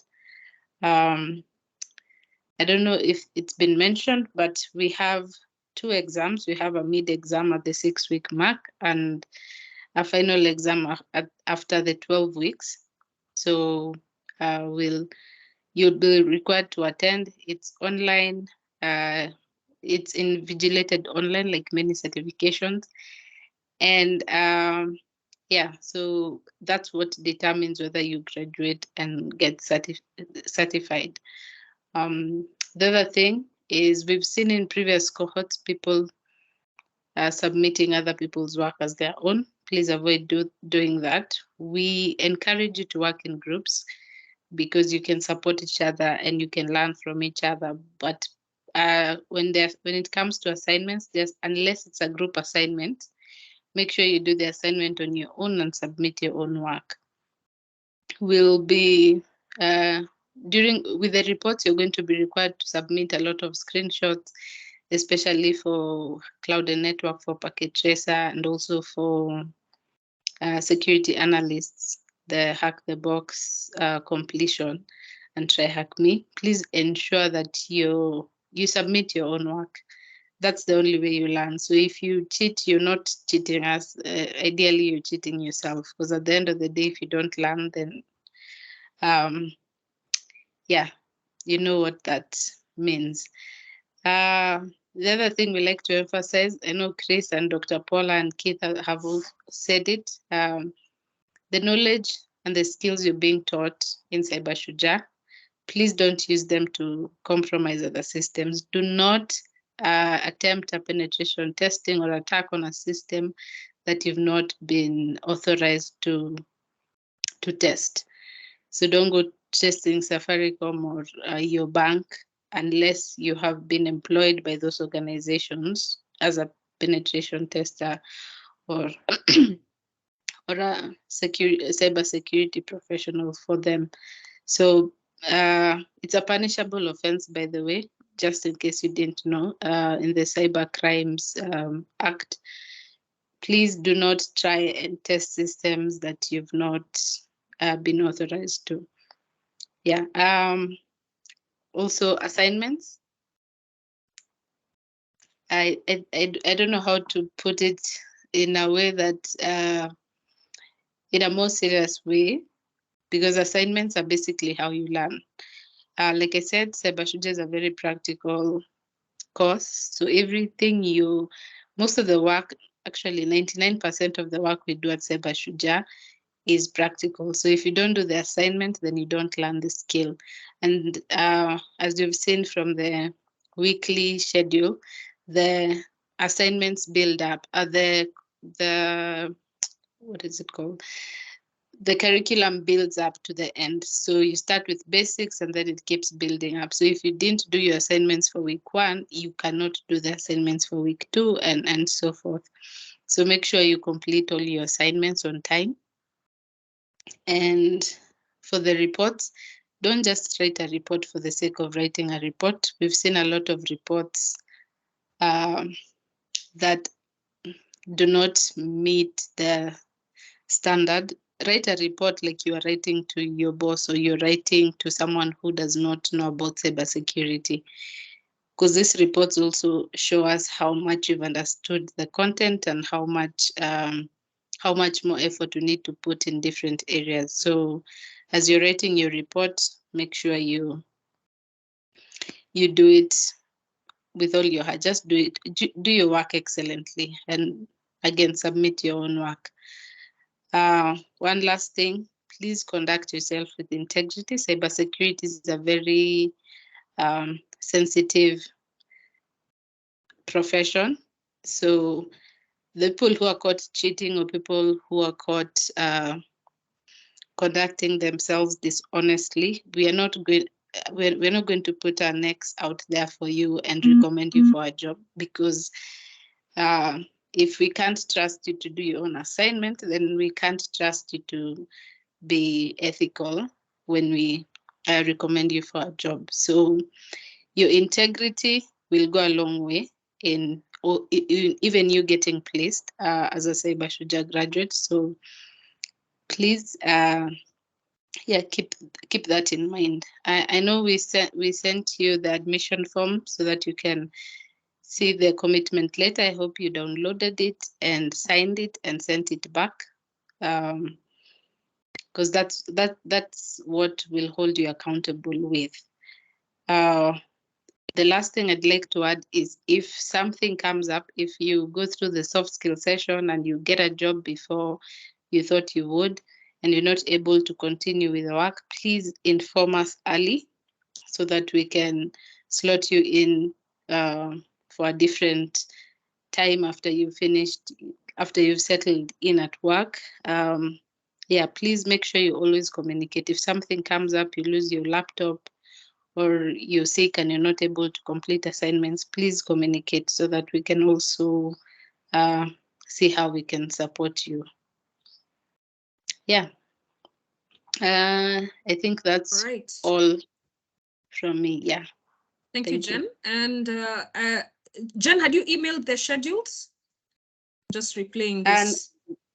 Not yet. So I'll Okay. email the schedules today Okay. to the people who've sent in their commitment letters. Yeah, so let me just say this, and Jen has already touched on it, is that we want this week to be for you to ease in. Of course, we're doing this introduction. We want you to get the account set up. So we'll be using specifically Microsoft Teams. We already got you on, at least for this introduction. There'll be some who will be watching this recording. But we want to say that Microsoft Teams will be our primary teaching platform. All our class sessions, soft skills, technical, mentorship, when we invite guest speakers, they'll all be on Teams. It helps us a lot in terms of recording. We have a license for it. In terms of just managing, maybe even sharing of files and documents and things like that. I want to kindly request so that you can access the chat. I don't know how many of you can see the chat, because you could also be writing any questions you have. If you don't see the chat, it probably means we've not added you onto the team. When you're sending Jennifer your registration details, please communicate which Teams account. You know, Teams will allow you to set up with Gmail. If you have a Gmail address, it will allow you to log in with a different login. But please let us know what your Teams account is so that we can add you onto the team. So you will have a security analyst team. It will even have the calendar settings for when the meetings are. So you just need to log on to Teams and you'll be seeing something pop up when your class is due and you just join. Any recordings that are done, you will be able to see them. If you have questions, you need to chat. Same for the cloud and network team. Same for the incubation and the entrepreneurship team. Same for the soft skills section, because in soft skills, you'll all be together. So please communicate your account correctly so that when we add you onto the teams, we're using the account that you'll be using so that you don't have anything disabled. You'll be considered as a participant. We'll also be using Discord and WhatsApp. I think that has been mentioned by Keith. And for the hands-on labs, you've had at least we'll be using the Hack the Box Academy, Try Hack Me, and various security tools. Whether you come with Kali Linux, Parrot, or Ubuntu, there's some people who say, me, I've always been on Ubuntu, I can add the tools onto it. Every week we'll be mentioning which tools we are working with. And you will have a plethora of tools that you will have worked with, hands-on. And of course, we might be, you know, for some of you, it will be a starting point, but definitely we don't want you to remain at a beginner level. For each of these tools, we want you to have already grown to a place where you can really be a super user, really, and you're very comfortable with it. Now, something else that Jen hasn't mentioned, but is extremely important, is that we have a learning management system. Now, for cohort 1 and 2 of Cyber Shujaa, the people who came with Jen, the people who came with George and his team, that group, didn't get to experience our LMS because it was still being worked on. So we've used one particular LMS for cohort 3, but we are changing to a new LMS for your cohort. So we already have the content, but it's in a different platform, and we'll be migrating it to a new platform. So Jen, do we have enrollments this week, or when do they get accounts?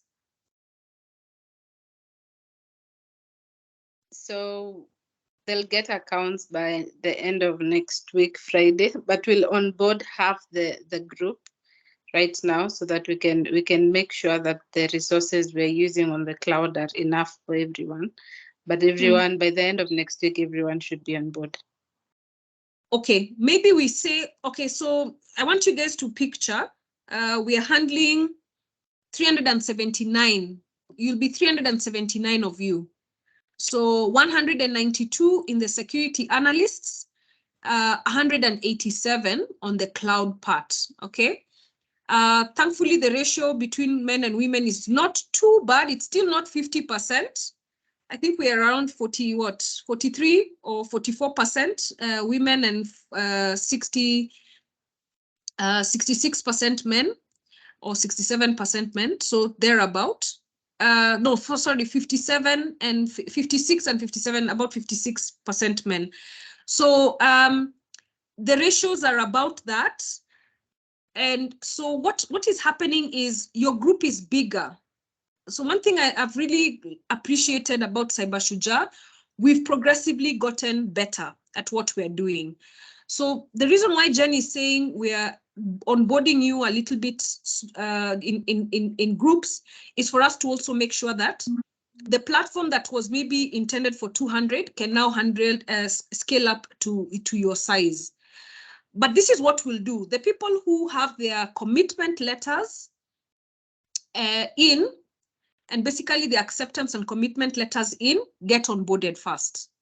So you'll get your registration numbers and you'll be onboarded. So that's why we are taking this week slowly. Jen, I probably suggest you, would it be wise to have everybody join the evening session, or do we keep it to next week until they get their accounts? I think we can start the evening sessions. We can start the sessions next week, but for the soft skills class, they can definitely join that on Friday. Okay, so yeah. Let's just say today, this is the welcome and introduction. And Jen, maybe you can share the recording, even for people who haven't yet signed the intake form, so at least they have access to watch. Maybe give them a link for Teams. We won't put it on YouTube. Yeah, so they can watch maybe with some security settings to it. Maybe just view only, not download or anything like that. Huh? And it will only be now for the people who have been accepted, so at least they can know what to expect. And we start promptly next week on Tuesday for class sessions. That will give us an opportunity to just make sure the platforms that you're using, because it's a new one. We're moving to Moodle.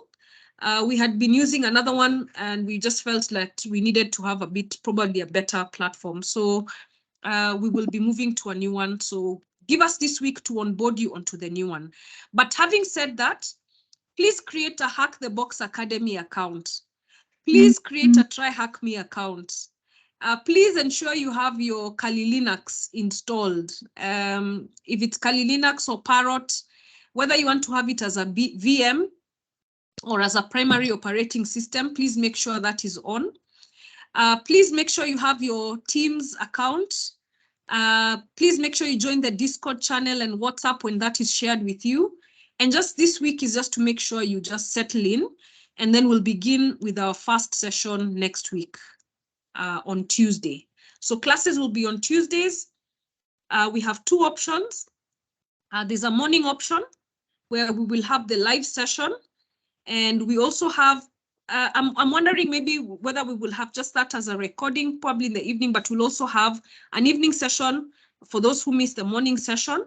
And I also mentioned we will have a Saturday session from 6 till 8 for the people who did not attend the evening session. The weekly sessions will have additional questions and got stuck somewhere, did not understand something, and they need additional help. We have that technical session from 6 to 8 p.m. on Saturday. So every Tuesday, please book yourself for a morning session. If you're not able to make for the morning session, make sure you make it for the evening session. Then for Fridays, make sure you're there for the soft skills training.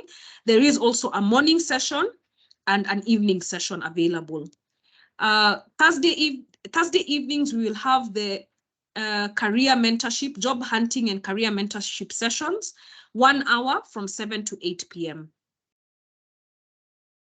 Dr. Paula, we have a question. Yes. Iska Nyunja.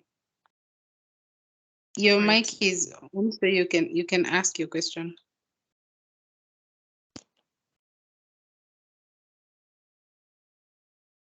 Iska?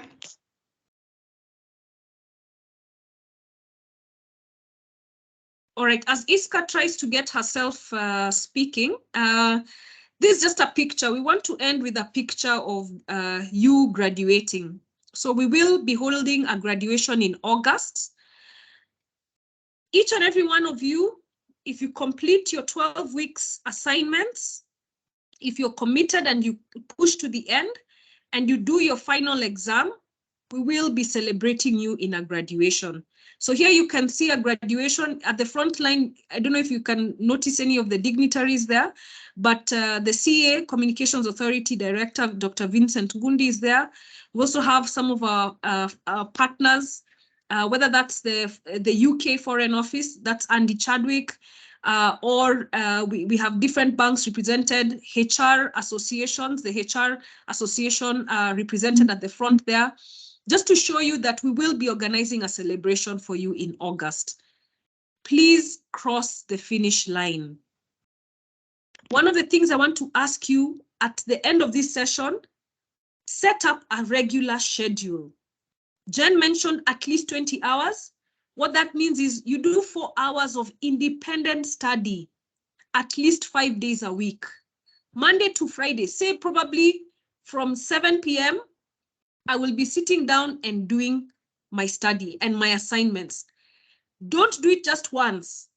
You will need to do it every day of the week. Make it a routine, make it a habit that you will set aside time and you do your work. That can be 5 days a week or even include Saturdays. Maybe on Saturdays and Sundays, you can even do a little bit more. Remember, we are teaching you habits that you will need to keep even in your career. In cybersecurity, you can't be the one who doesn't research. You will, the same time you set aside for Cyber Shujaa, we want you to do as a regular habit of constantly learning new tools, learning new techniques. So please create a regular schedule. That's the only way you'll complete this program. We don't want you not to make to the finish line. We want you to be among the people who we will celebrate at the graduation, okay? So thank you for your attention. Also, just to say, we are running a training this coming week. Jen, did we confirm the new dates? I'm just using an old flyer. So any of your friends who didn't? 15th to 19th. 15th to 19th. So any of your friends who didn't get admitted into Cyber Shujaa that you know, we're doing a 1-week crash course for soft skills. You can invite them to it, right? So we'll be sharing with you the new poster. Jen, I think the new poster should be circulating so that we can try and get new people, more people. So this will just be the same soft skills I've taken you through for 12 weeks. We'll be condensing it into a 1-week intensive career preparation. Please tell your friends about it. We start next week on Monday to Friday. Yeah. So they'll get a chance to have a feel of a 1-week preparation for employment. We are also in the same week, next week, holding a 1-week boot camp. So we're charging 60,000 for what we are giving you for free, actually. So you're not paying anything. But this particular one we are targeting. There's a bit of echo. This particular one we're targeting, maybe we mute whoever it is. This particular one we're targeting people who are working. They can either pay for themselves or be sponsored by an employer. And this one will focus purely on cloud security. So we're not going to add the networking element that you guys have. And it's going to be hands-on. We have facilitators who will be taking people through not just the theory, but the hands-on labs. And we're engaging the industry, right? So if you know anyone who can benefit from this training, it's not too late to register. We are still taking registrations for us to start on Monday. Yeah. So you can also help us pass the word round. So some of these things we are doing will also ensure your program is sustainable, so that anything you need, we can also be able to provide from this revenue. All right, so maybe let's take questions, and I'll take questions with the backdrop of the graduation. So Jen, so we're basically done. Sorry for being very late. It's already 11:30, but we'll remain for a few minutes to just answer any questions that you may have. Thank you for your attention and have a good day for those who need to drop off. All right, so maybe let's take a couple of questions. We have Duncan Irongo. All right, Duncan, you can unmute.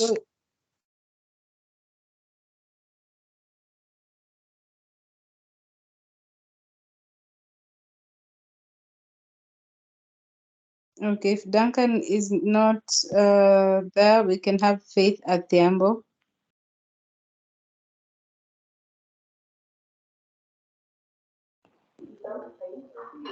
Hello. Hello. Good morning. Morning. Morning. Good morning, everyone. Good Thank morning. you for the presentation and yeah. Okay, thank you for the presentation, and I'm glad to be part of this cohort. So my question is, while we were filling out our commitment forms, there was a part that we were asked to check our gross, to mark maybe the range of our gross salary, our earnings. So my question is, how is it relevant to this training? Should we be expecting something, or maybe just an explanation?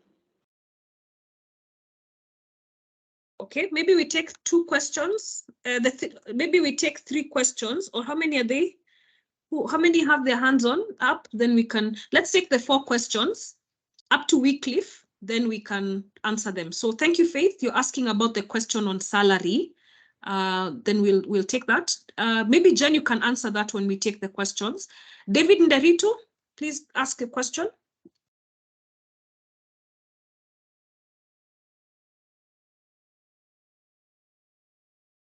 Be ready to unmute.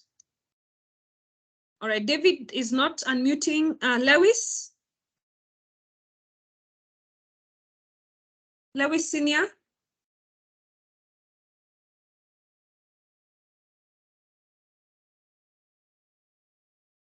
Don't know what's going on. Wycliffe?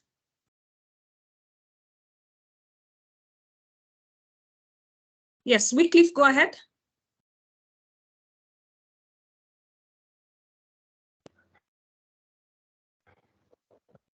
Okay. Are you able to get me? Yes, we can hear you. Are you getting me? Yes. Okay, thank you. It's Odhiambo Wycliffe. My question is, we are having the morning and the evening sessions. So is it somebody just able to attend one, or you have to attend both the sessions? Okay, thanks for the question, Thank you. Wycliffe. Okay. Maybe let's take Duncan. Duncan, you had tried to speak earlier. These are different, Duncan. Okay, a different one. Please go ahead. Mine is to say thank you for the presentation, but my question is directly to Neville. He had said that we need to be versatile in both the cloud platforms, be it Azure, AWS, and GCP. Now, my question is, does the multi-cloud aspect of it, does it increase the threat surface? If you are to integrate both, say, Azure, AWS, or GCP. Okay, we've taken that. All right. Faith had asked, Lewis wasn't able to speak. Still not able to speak. We've taken Wycliffe's question, Duncan. Maybe let's hear Sandra's question. And Tin Koi. Yeah. The hands are still going up. My goodness. Okay, Sandra, go ahead.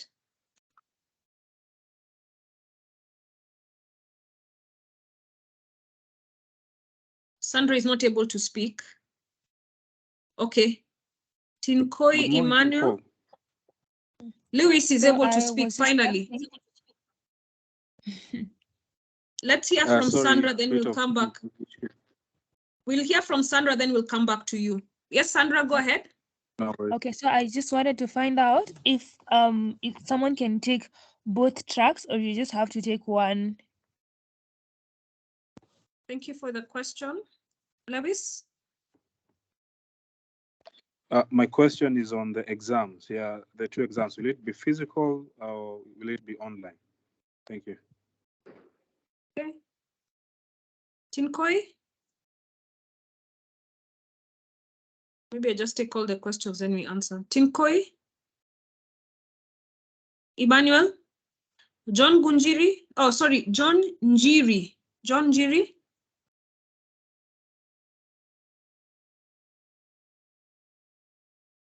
Facing issue is like all the products. John?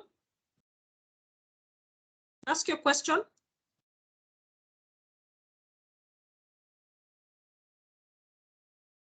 Okay, he unmuted, then went back on mute. Brenda Odor, ask your question. Passing accounting system. So the system is not able to pass the accounting entries. There are no movements. There are okay. Okay. Is this not tested? Is this not tested earlier?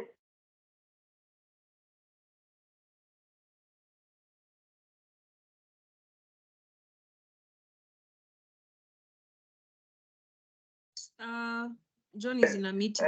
Doing anything anyway, it is gone. Past is past. But you can openly tell that whether. Whose mic is that? Okay. Anyway, we can hear from. Okay, maybe let's answer those questions. Then we put the hands down. So maybe you can start with Faith's question, Jen, on gross salary question. Okay. So Faith, I don't know if you were here at the beginning of the presentation, but just in case you weren't there. So part of our mandate as Cyber Shujaa is to get everyone who passes through our program gainful employment. So gainful employment, like Dr. Paula said, is we want you to earn at least above the minimum wage. And I know the minimum wage is a bit low, but we want, as Cyber Shujaa, we want you to earn at least above 24,000. So we're collecting this information so that we know our baseline data for you coming in. So we see, so that we can be able to see whether you at the end of the program you got a better job, so that's improved, or if you are you are unemployed and you are employed, which means that we've been able to achieve our target, because that's a big deal for us. Like Dr. Paula said, our success is not just for you to go through the training, but for you to go through the training, get the skills, and then get gainful employment. So the reason we collect that information is to have the baseline data so that we know how we're supporting you. So if you've been employed, how can we support you with that? If you've never been employed, how can we also support you in that? I hope I've answered your question, Faith. Yeah, so as much as some of you have joined just because you saw that there is training, free training, that's not impact for us. Impact for us is getting you employed. Impact for us is getting you decent jobs. Impact for us is getting you to improve in your, if your existing employment, improve in your existing employment. That's our impact. Okay, so thank you, Jen. I hope that is clear.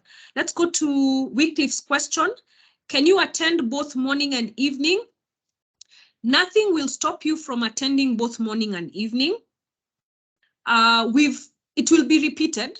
So whatever we present in the morning will be repeated content for the evening.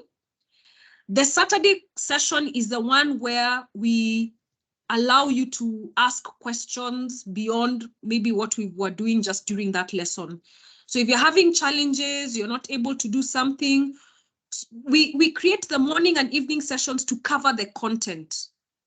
So Tuesdays is to cover the 12-week content. It is a flipped classroom, meaning we are giving you work to do, then we review it in class. So in a sense, we should have given you week 1 work. So as of today, we should be giving you the exercises to do so that when we meet on Tuesday next week, we are reviewing what you have done and what you've tried to go through in advance. So there's a component of independent study. That's how you challenge yourself. You're not just being given an answer, okay? And then we come to also discuss some of the concepts better, underscore some concepts that are very important. And also on Saturdays, we're there to help you in case you're having challenges, okay? So that nobody is left behind. Yeah. There was a question for Neville from Duncan. So Neville, you can take that question. Then I'll lower the hands for the questions we've already answered. Dr. Paula, I think that question might have been directed towards me because it had to do with cloud. For some reason, he said Neville. So let's let Neville answer. Okay. Then maybe we can add. Okay, I didn't get it very clearly, but he might have confused me with Keith, though. Yeah. Yeah. I thought he knows you from before. Okay. But we can answer it actually, Neville. Okay, it's fine. Maybe you can just bring back the question clearly. I had he asked about. Yeah, so Duncan asked about multi-cloud and he asked whether it increases the threat surface.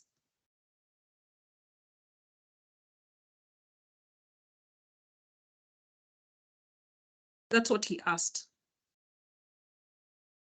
All right, Keith, maybe you can go ahead. I can also chip in. Yeah, so, okay.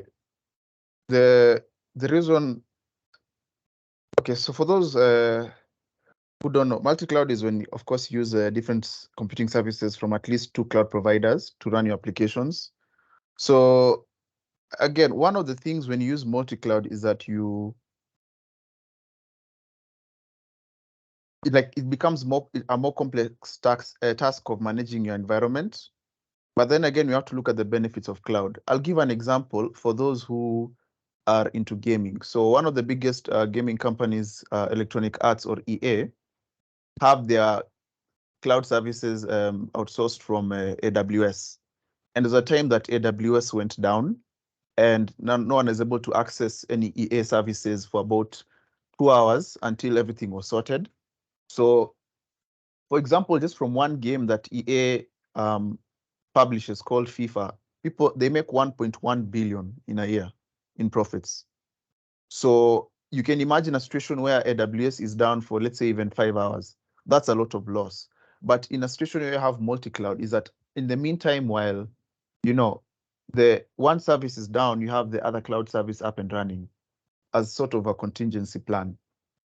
And another thing is that sometimes it can be cost efficient because with cloud services, you pay for what you use. So you might find a certain service is more expensive on vendor A, but it's much more affordable on vendor B. Another thing is it allows you to deploy and scale workloads, which makes it easier for you to implement policies for security, compliance, technologies, and all that stuff. And also one thing that I think is quite important is redundancy. Some people might see it as a negative, but in the instances of unplanned downtime or outages, it won't necessarily impact the other services for the cloud once the main one use maybe goes down. So anything you do needs to be routed to another cloud that's ready to go. So another minimization of downtime. That's not to say that multi-cloud doesn't have its challenges, but I feel like sometimes, once you look at the structure of the organization and what it does, sometimes the cost, the advantages heavily outweigh the disadvantages. So again, it really depends on your organization and its needs.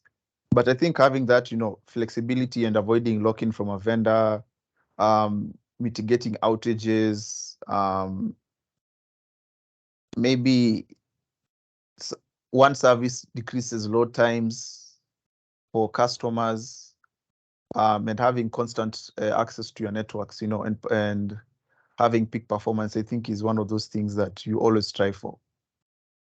Yeah, I think you've done a great job. And multi-cloud is just one of the trends that we are seeing organizations have embraced. They don't want to be locked in just one vendor.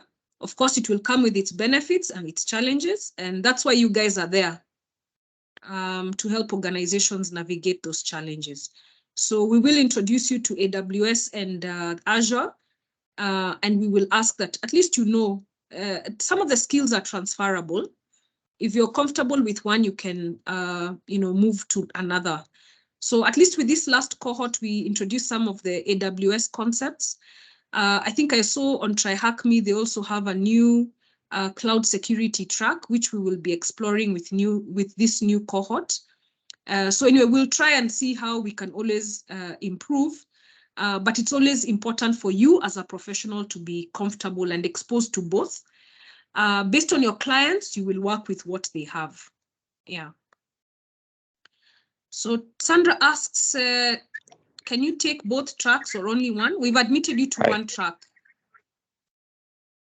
We've admitted you to one track, so we've admitted you to either the cloud track or the security analyst. As part of the rationale for this program, we will only be able to fund or sponsor one.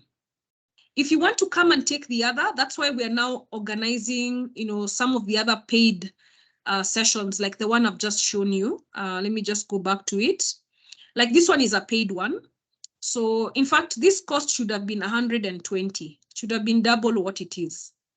But we've subsidized it for Cyber Shujaa. I can tell you for sure, anyone who's going out for any cloud security training, that it's not that cheap. But we've subsidized it as part of the program. So if you finish the security analyst and you want to come back, you will need to pay. So we'll be hosting a series of these. So we have another one designed for security analysts, which will also be at about the same price, about 60,000. So if you want to come back, you will need to pay. It will not be free. You will need to pay for any other track. Lewis, but also just to say, you're doing soft skills. So you're doing your technical track, which is the 12 weeks for the technical, but you're also taking another track for soft skills. So I hope that is very clear. So you'll be having technical sessions on Tuesday, and you'll be having the soft skills sessions on Fridays. If you want to come back for incubation, you can apply. So we encourage anyone who goes through our program and feels they also want to be an entrepreneur, and we'll have a way of sifting through. You'll need to have a business plan. We don't just take anybody who's just not serious. So you'll need to also have thought about maybe your business plan. We need to also, when we interview you, we need to see truly you have an edge towards entrepreneurship. There is also a program for 12 weeks on entrepreneurship coaching. I think Mark, I don't know if Mark is here. He can say hi. We didn't recognize you earlier. Maybe he can lift his hand up so we can promote him, because I don't see him on the list of presenters. Mark, maybe you can, there you are. Maybe let's promote him into a presenter mode. Mark, please go ahead and say hi, because Mark is actually the one who's leading this. Yeah, please go ahead. Yeah, good morning, everyone. Thank you for that, Prof. So my name is Mark Namasake. I'm in charge of research and incubation. So after this training, what will happen is we are not going to leave you, we are not going to let you go. We'll still have you under mentorship and incubation. Further, we have like 3 people. I don't know if they've joined. They'll be engaging with you guys in matters in research. Maybe they'll be following up with you just to see how you're progressing, be it maybe applying for jobs and so on. So under incubation, we have around 12 modules that we take through the trainees. So maybe after this training, you will maybe have sometimes just to take you through, so that now you can either start establishing a business or maybe entering into a consultation, into a consultancy. Yeah, thank you. Okay, thank you, Mark. Natasha and team. Who else is in your team, Mark? We have Natasha, we have Naserian, and we have there's a lady, maybe Jennifer. Please raise your hands. We can add you onto the presenters list. I think Naserian was actually on the presenters list. Sorry, we have removed you. Natasha Mudusi, let me just make you a presenter. And Naserian Hope. And who's your third person? Lorraine, but I can't see her on the list. I don't think she's joined or she's dropped off. All right. So Natasha, would you guys want to say hi? Please enable your camera and at least say hi to people so that when they hear you, when you call them. Hi. Natasha is also going to help us with our social media. You can turn on your camera, please, so they can see you. Okay, just give me a minute. Hi, and also the third person is Lorraine. Yes. Mark forgot her name for a bit. Lorraine Malinda, yes. And all these are beneficiaries. They're all beneficiaries of the Cyber Shujaa program. They've gone through it just like you guys, and they're now employed. The program has actually taken them in. And we recognize talent, even as they continue to grow in their career. We're not stopping Natasha, we're not stopping Jen, we're not stopping Keith or Byron, but we want to also provide for them opportunities to grow in their areas of gifting and passion, and they also continue to get experience.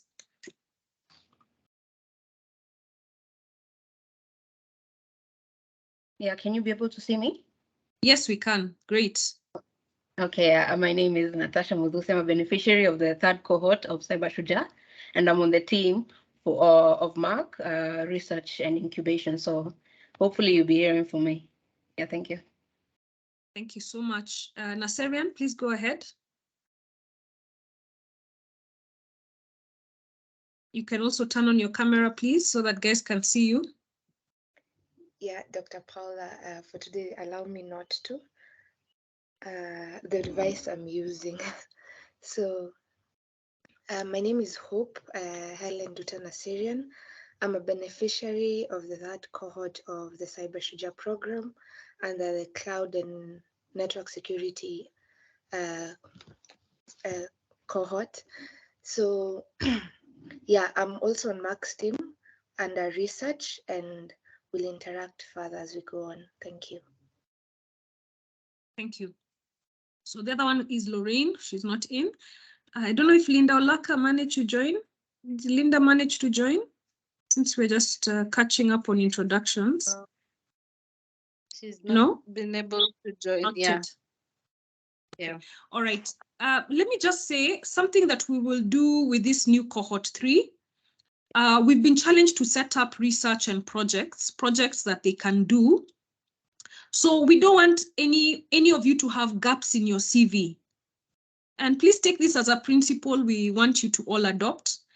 At every point, you should be working on a project. And so, for example, if you're not employed, you could name a project that you're working on. Some of them are open source projects. Some of them could be research projects that we set up. So we're compiling a list of some open source projects or research projects you can be engaged in. And many of them will allow for contributors to join. And it's also a great way to also grow in your collaboration and your teamwork skills, and also have some work experience as you look for jobs. So that's something else we will be very intentional. So yes, you don't have a job, but you can be working on a project and you can have that as something that is ongoing on your CV, okay? So we will be inviting you to do that. All right, so Lewis asked, will exams be physical or online? This whole program is online. We have designed it such that George, who is in Mombasa, George, are you in Mombasa? I don't remember if you moved. There was different people who took this program from Mombasa. Whether you're in Mombasa, whether you're in Luo Nyanza, whether you're in Eastern, whether in your Kiambu, whether you're in Northeastern. Actually, we had some students from the northern part. Whether in Turkana and Isiolo, you benefit. We didn't want this to be a program where only Nairobi people benefit. Maybe somebody raise your hand. Okay, now we have Joanne and Francis Ogutu. But I don't know whether you have an emoji or a reaction you can put if you're not from Nairobi. I would assure you probably majority of the beneficiaries in this program right now, the ones we've admitted, are not in Nairobi.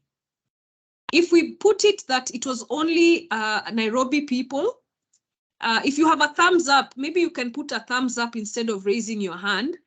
If you're outside Nairobi, maybe just for some interaction. I can tell you for sure many people are beneficiaries, not because they are seated next to USIU. Because if you were to host this, we'd be telling you to come physically to USIU. We did the first and second cohort, we hosted physical exams, and we later rethought that, and now we do online exams.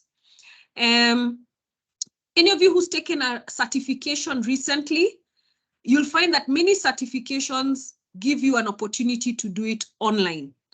You have your laptop and an internet connection and you sit an exam. I'm actually sitting an exam tomorrow, a Microsoft exam tomorrow. And I'm also sitting an AWS exam in another week. That's how exams are being done. ISACA exams, CH exams, Cisco exams. So people are now moving to a remote proctoring model. And we decided to also adapt and just counter the challenges, but also make it work. So you have to be in the exam room with your cameras on throughout. Make sure you have your backup for electricity and network bundles, but we deliver this training online. COVID taught us it's possible, so we're not going back. It's a new normal, right? Lewis. All right, so maybe let's just take the last two questions and we end this meeting. I won't take any more. Francis Ogutu and George.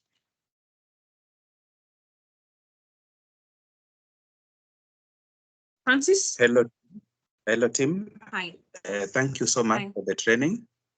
I just want to answer the question about if multi-cloud, I want to attempt it. If multi-cloud increases the attack surface, I believe it does. And basically, it is about balancing between availability and security, because these two always clash. If you are too available, you may be compromising your security. And multi-cloud makes availability, increases availability of an organization's services, because maybe you have more than one cloud provider. If one goes down, the other one maybe can pick up, or people can still get your services, so you are available, but the security reduces. So every time in cyber, I think we have to be balancing between security and availability. If you incline so much that you want to be so secure, then you are threatening availability of your services, and vice versa. So thank you so much. Okay, thanks, Francis, for adding that perspective. Okay, you can lower your hand. Let's go to George. Yeah, I was just confirming, how many attempts do you have at exam, and how many times are you allowed to either do it or redo it, and what are the cutoff points, so to speak? Okay, thanks for your question. Joanne Mudhoni.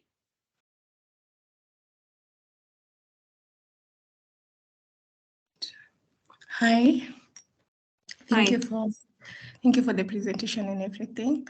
My question is, what if you want to change the track? Maybe you applied for the cyber, not for the cloud, and you want to go in the security. Is it possible? Yeah, and yeah, I think that's it. Okay, thank you, Joanne. Errol, let me just take the five who have raised their hands. Errol, Kitsiri. Please don't raise your hand again. Anyone else? Because we're out of time. Yes, Aaron?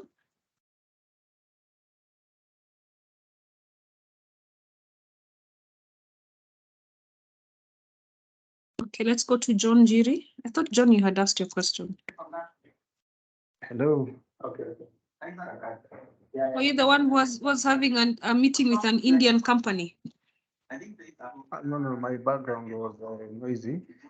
We had another meeting ongoing, so I could not be able to ask my question. But I would like first to appreciate this initiative that you guys have done. We are so much appreciative. And my question would be about industry partnerships. So are we able to know like the kind of partnerships that you guys have maybe with the industry, maybe banks, and have you been able to that is in terms of opportunities of work when we finish this program, and also we've seen a lot of export of skills from outside the country.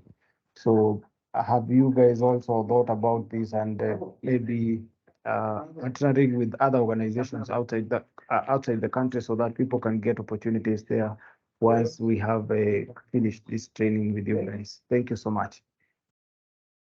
Okay, thank you, John. Thank you for the question. Let's hear from Japheth. Andrew.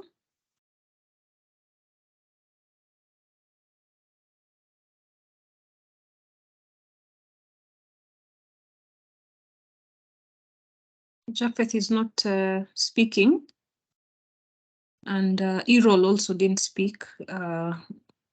Okay, maybe let's just take the questions that have been asked. So for George, he asked how many attempts. We give 1 attempt. We give a mid-exam and a final exam. The attempt is 1, so we give you an exam sitting. The cutoff or pass mark is 60%. However, exams count for, I believe the exams count for 40%. The 60%, which is already a pass mark, is through your assignments. So remember, we have 2 types of assessments. We have the continuous assignments. Every week you have an assignment.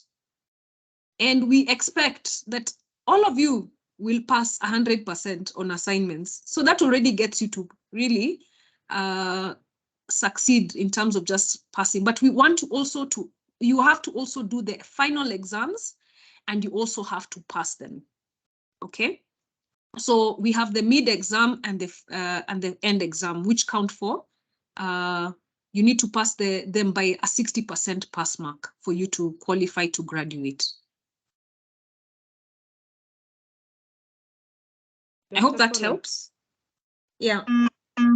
I think you can also add that if you do not pass, then you can retake with a different cohort, but you'd have to wait 4 months. You will have to wait. You'll have to wait for another group. But let me just say, emphasize the need to keep up and not fall behind.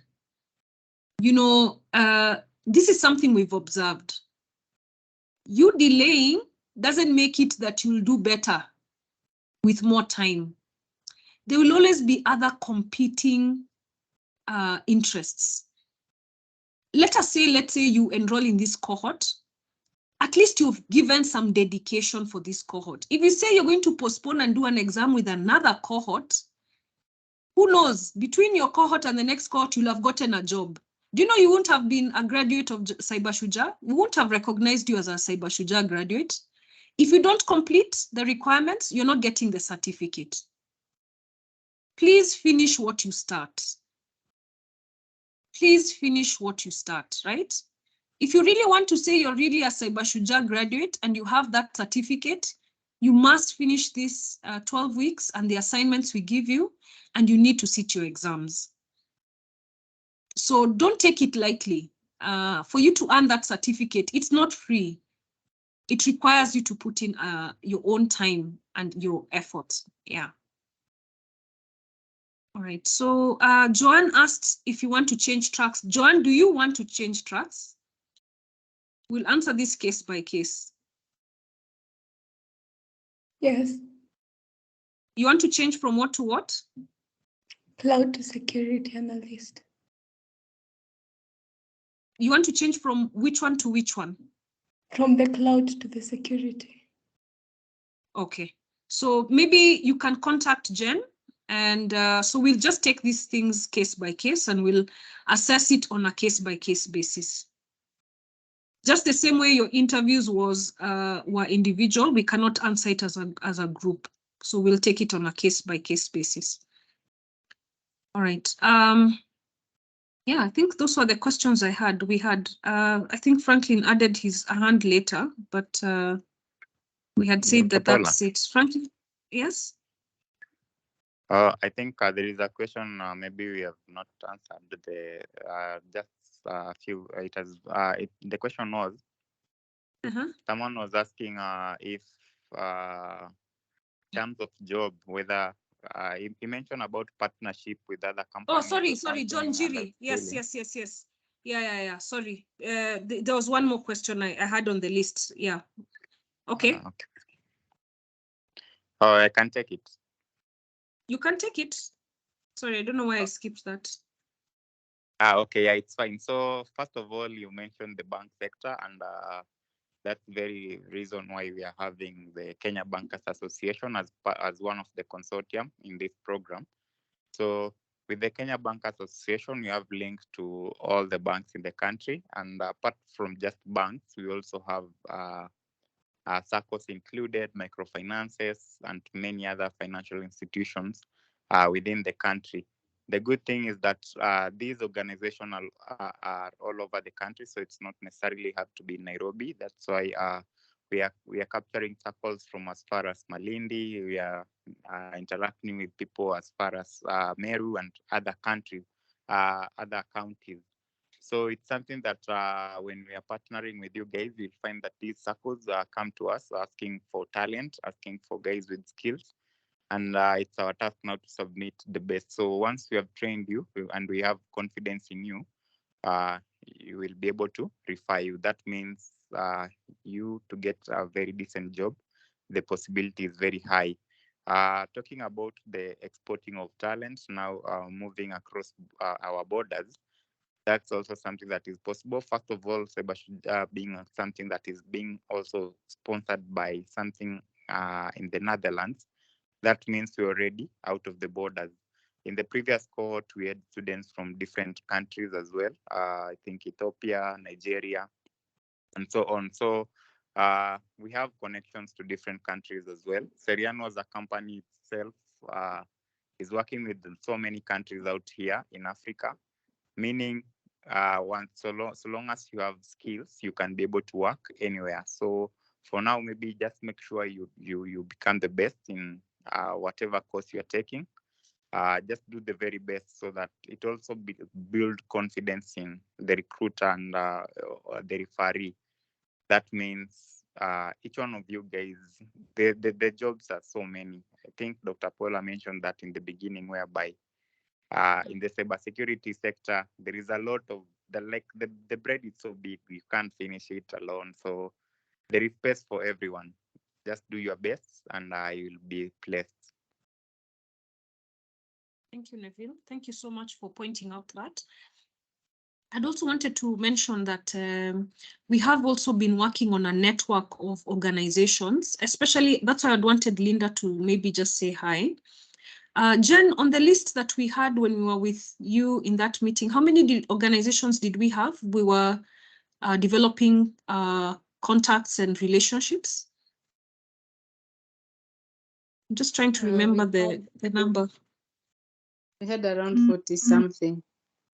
Yeah, so we already are very actively creating links and partnerships. As Neville has said, within banking, financial services like the insurance and microfinance and SACCOs, but also in the consulting space. Neville has mentioned Seriano. We've had quite a number of graduates also employed by consulting companies within the security space. And something to notice is a lot of these companies, yes, have an office in Nairobi, but they also have branches in different countries. So yes, so there is also the connection with international jobs. We also will be challenging you, like some of the projects I've said we'll be inviting you to do are not just Kenyan. So yes, like I said in the presentation, maybe I don't know, John, if you had joined earlier, the job market we're helping you target is global. We're not thinking just locally. So that's our focus for us. Franklin has had his hand despite that, so maybe he's very resilient and insistent. Franklin, Emaka, you want to ask your question? When we end the meeting. We're very, we're out of time. It's already 12:15. Franklin?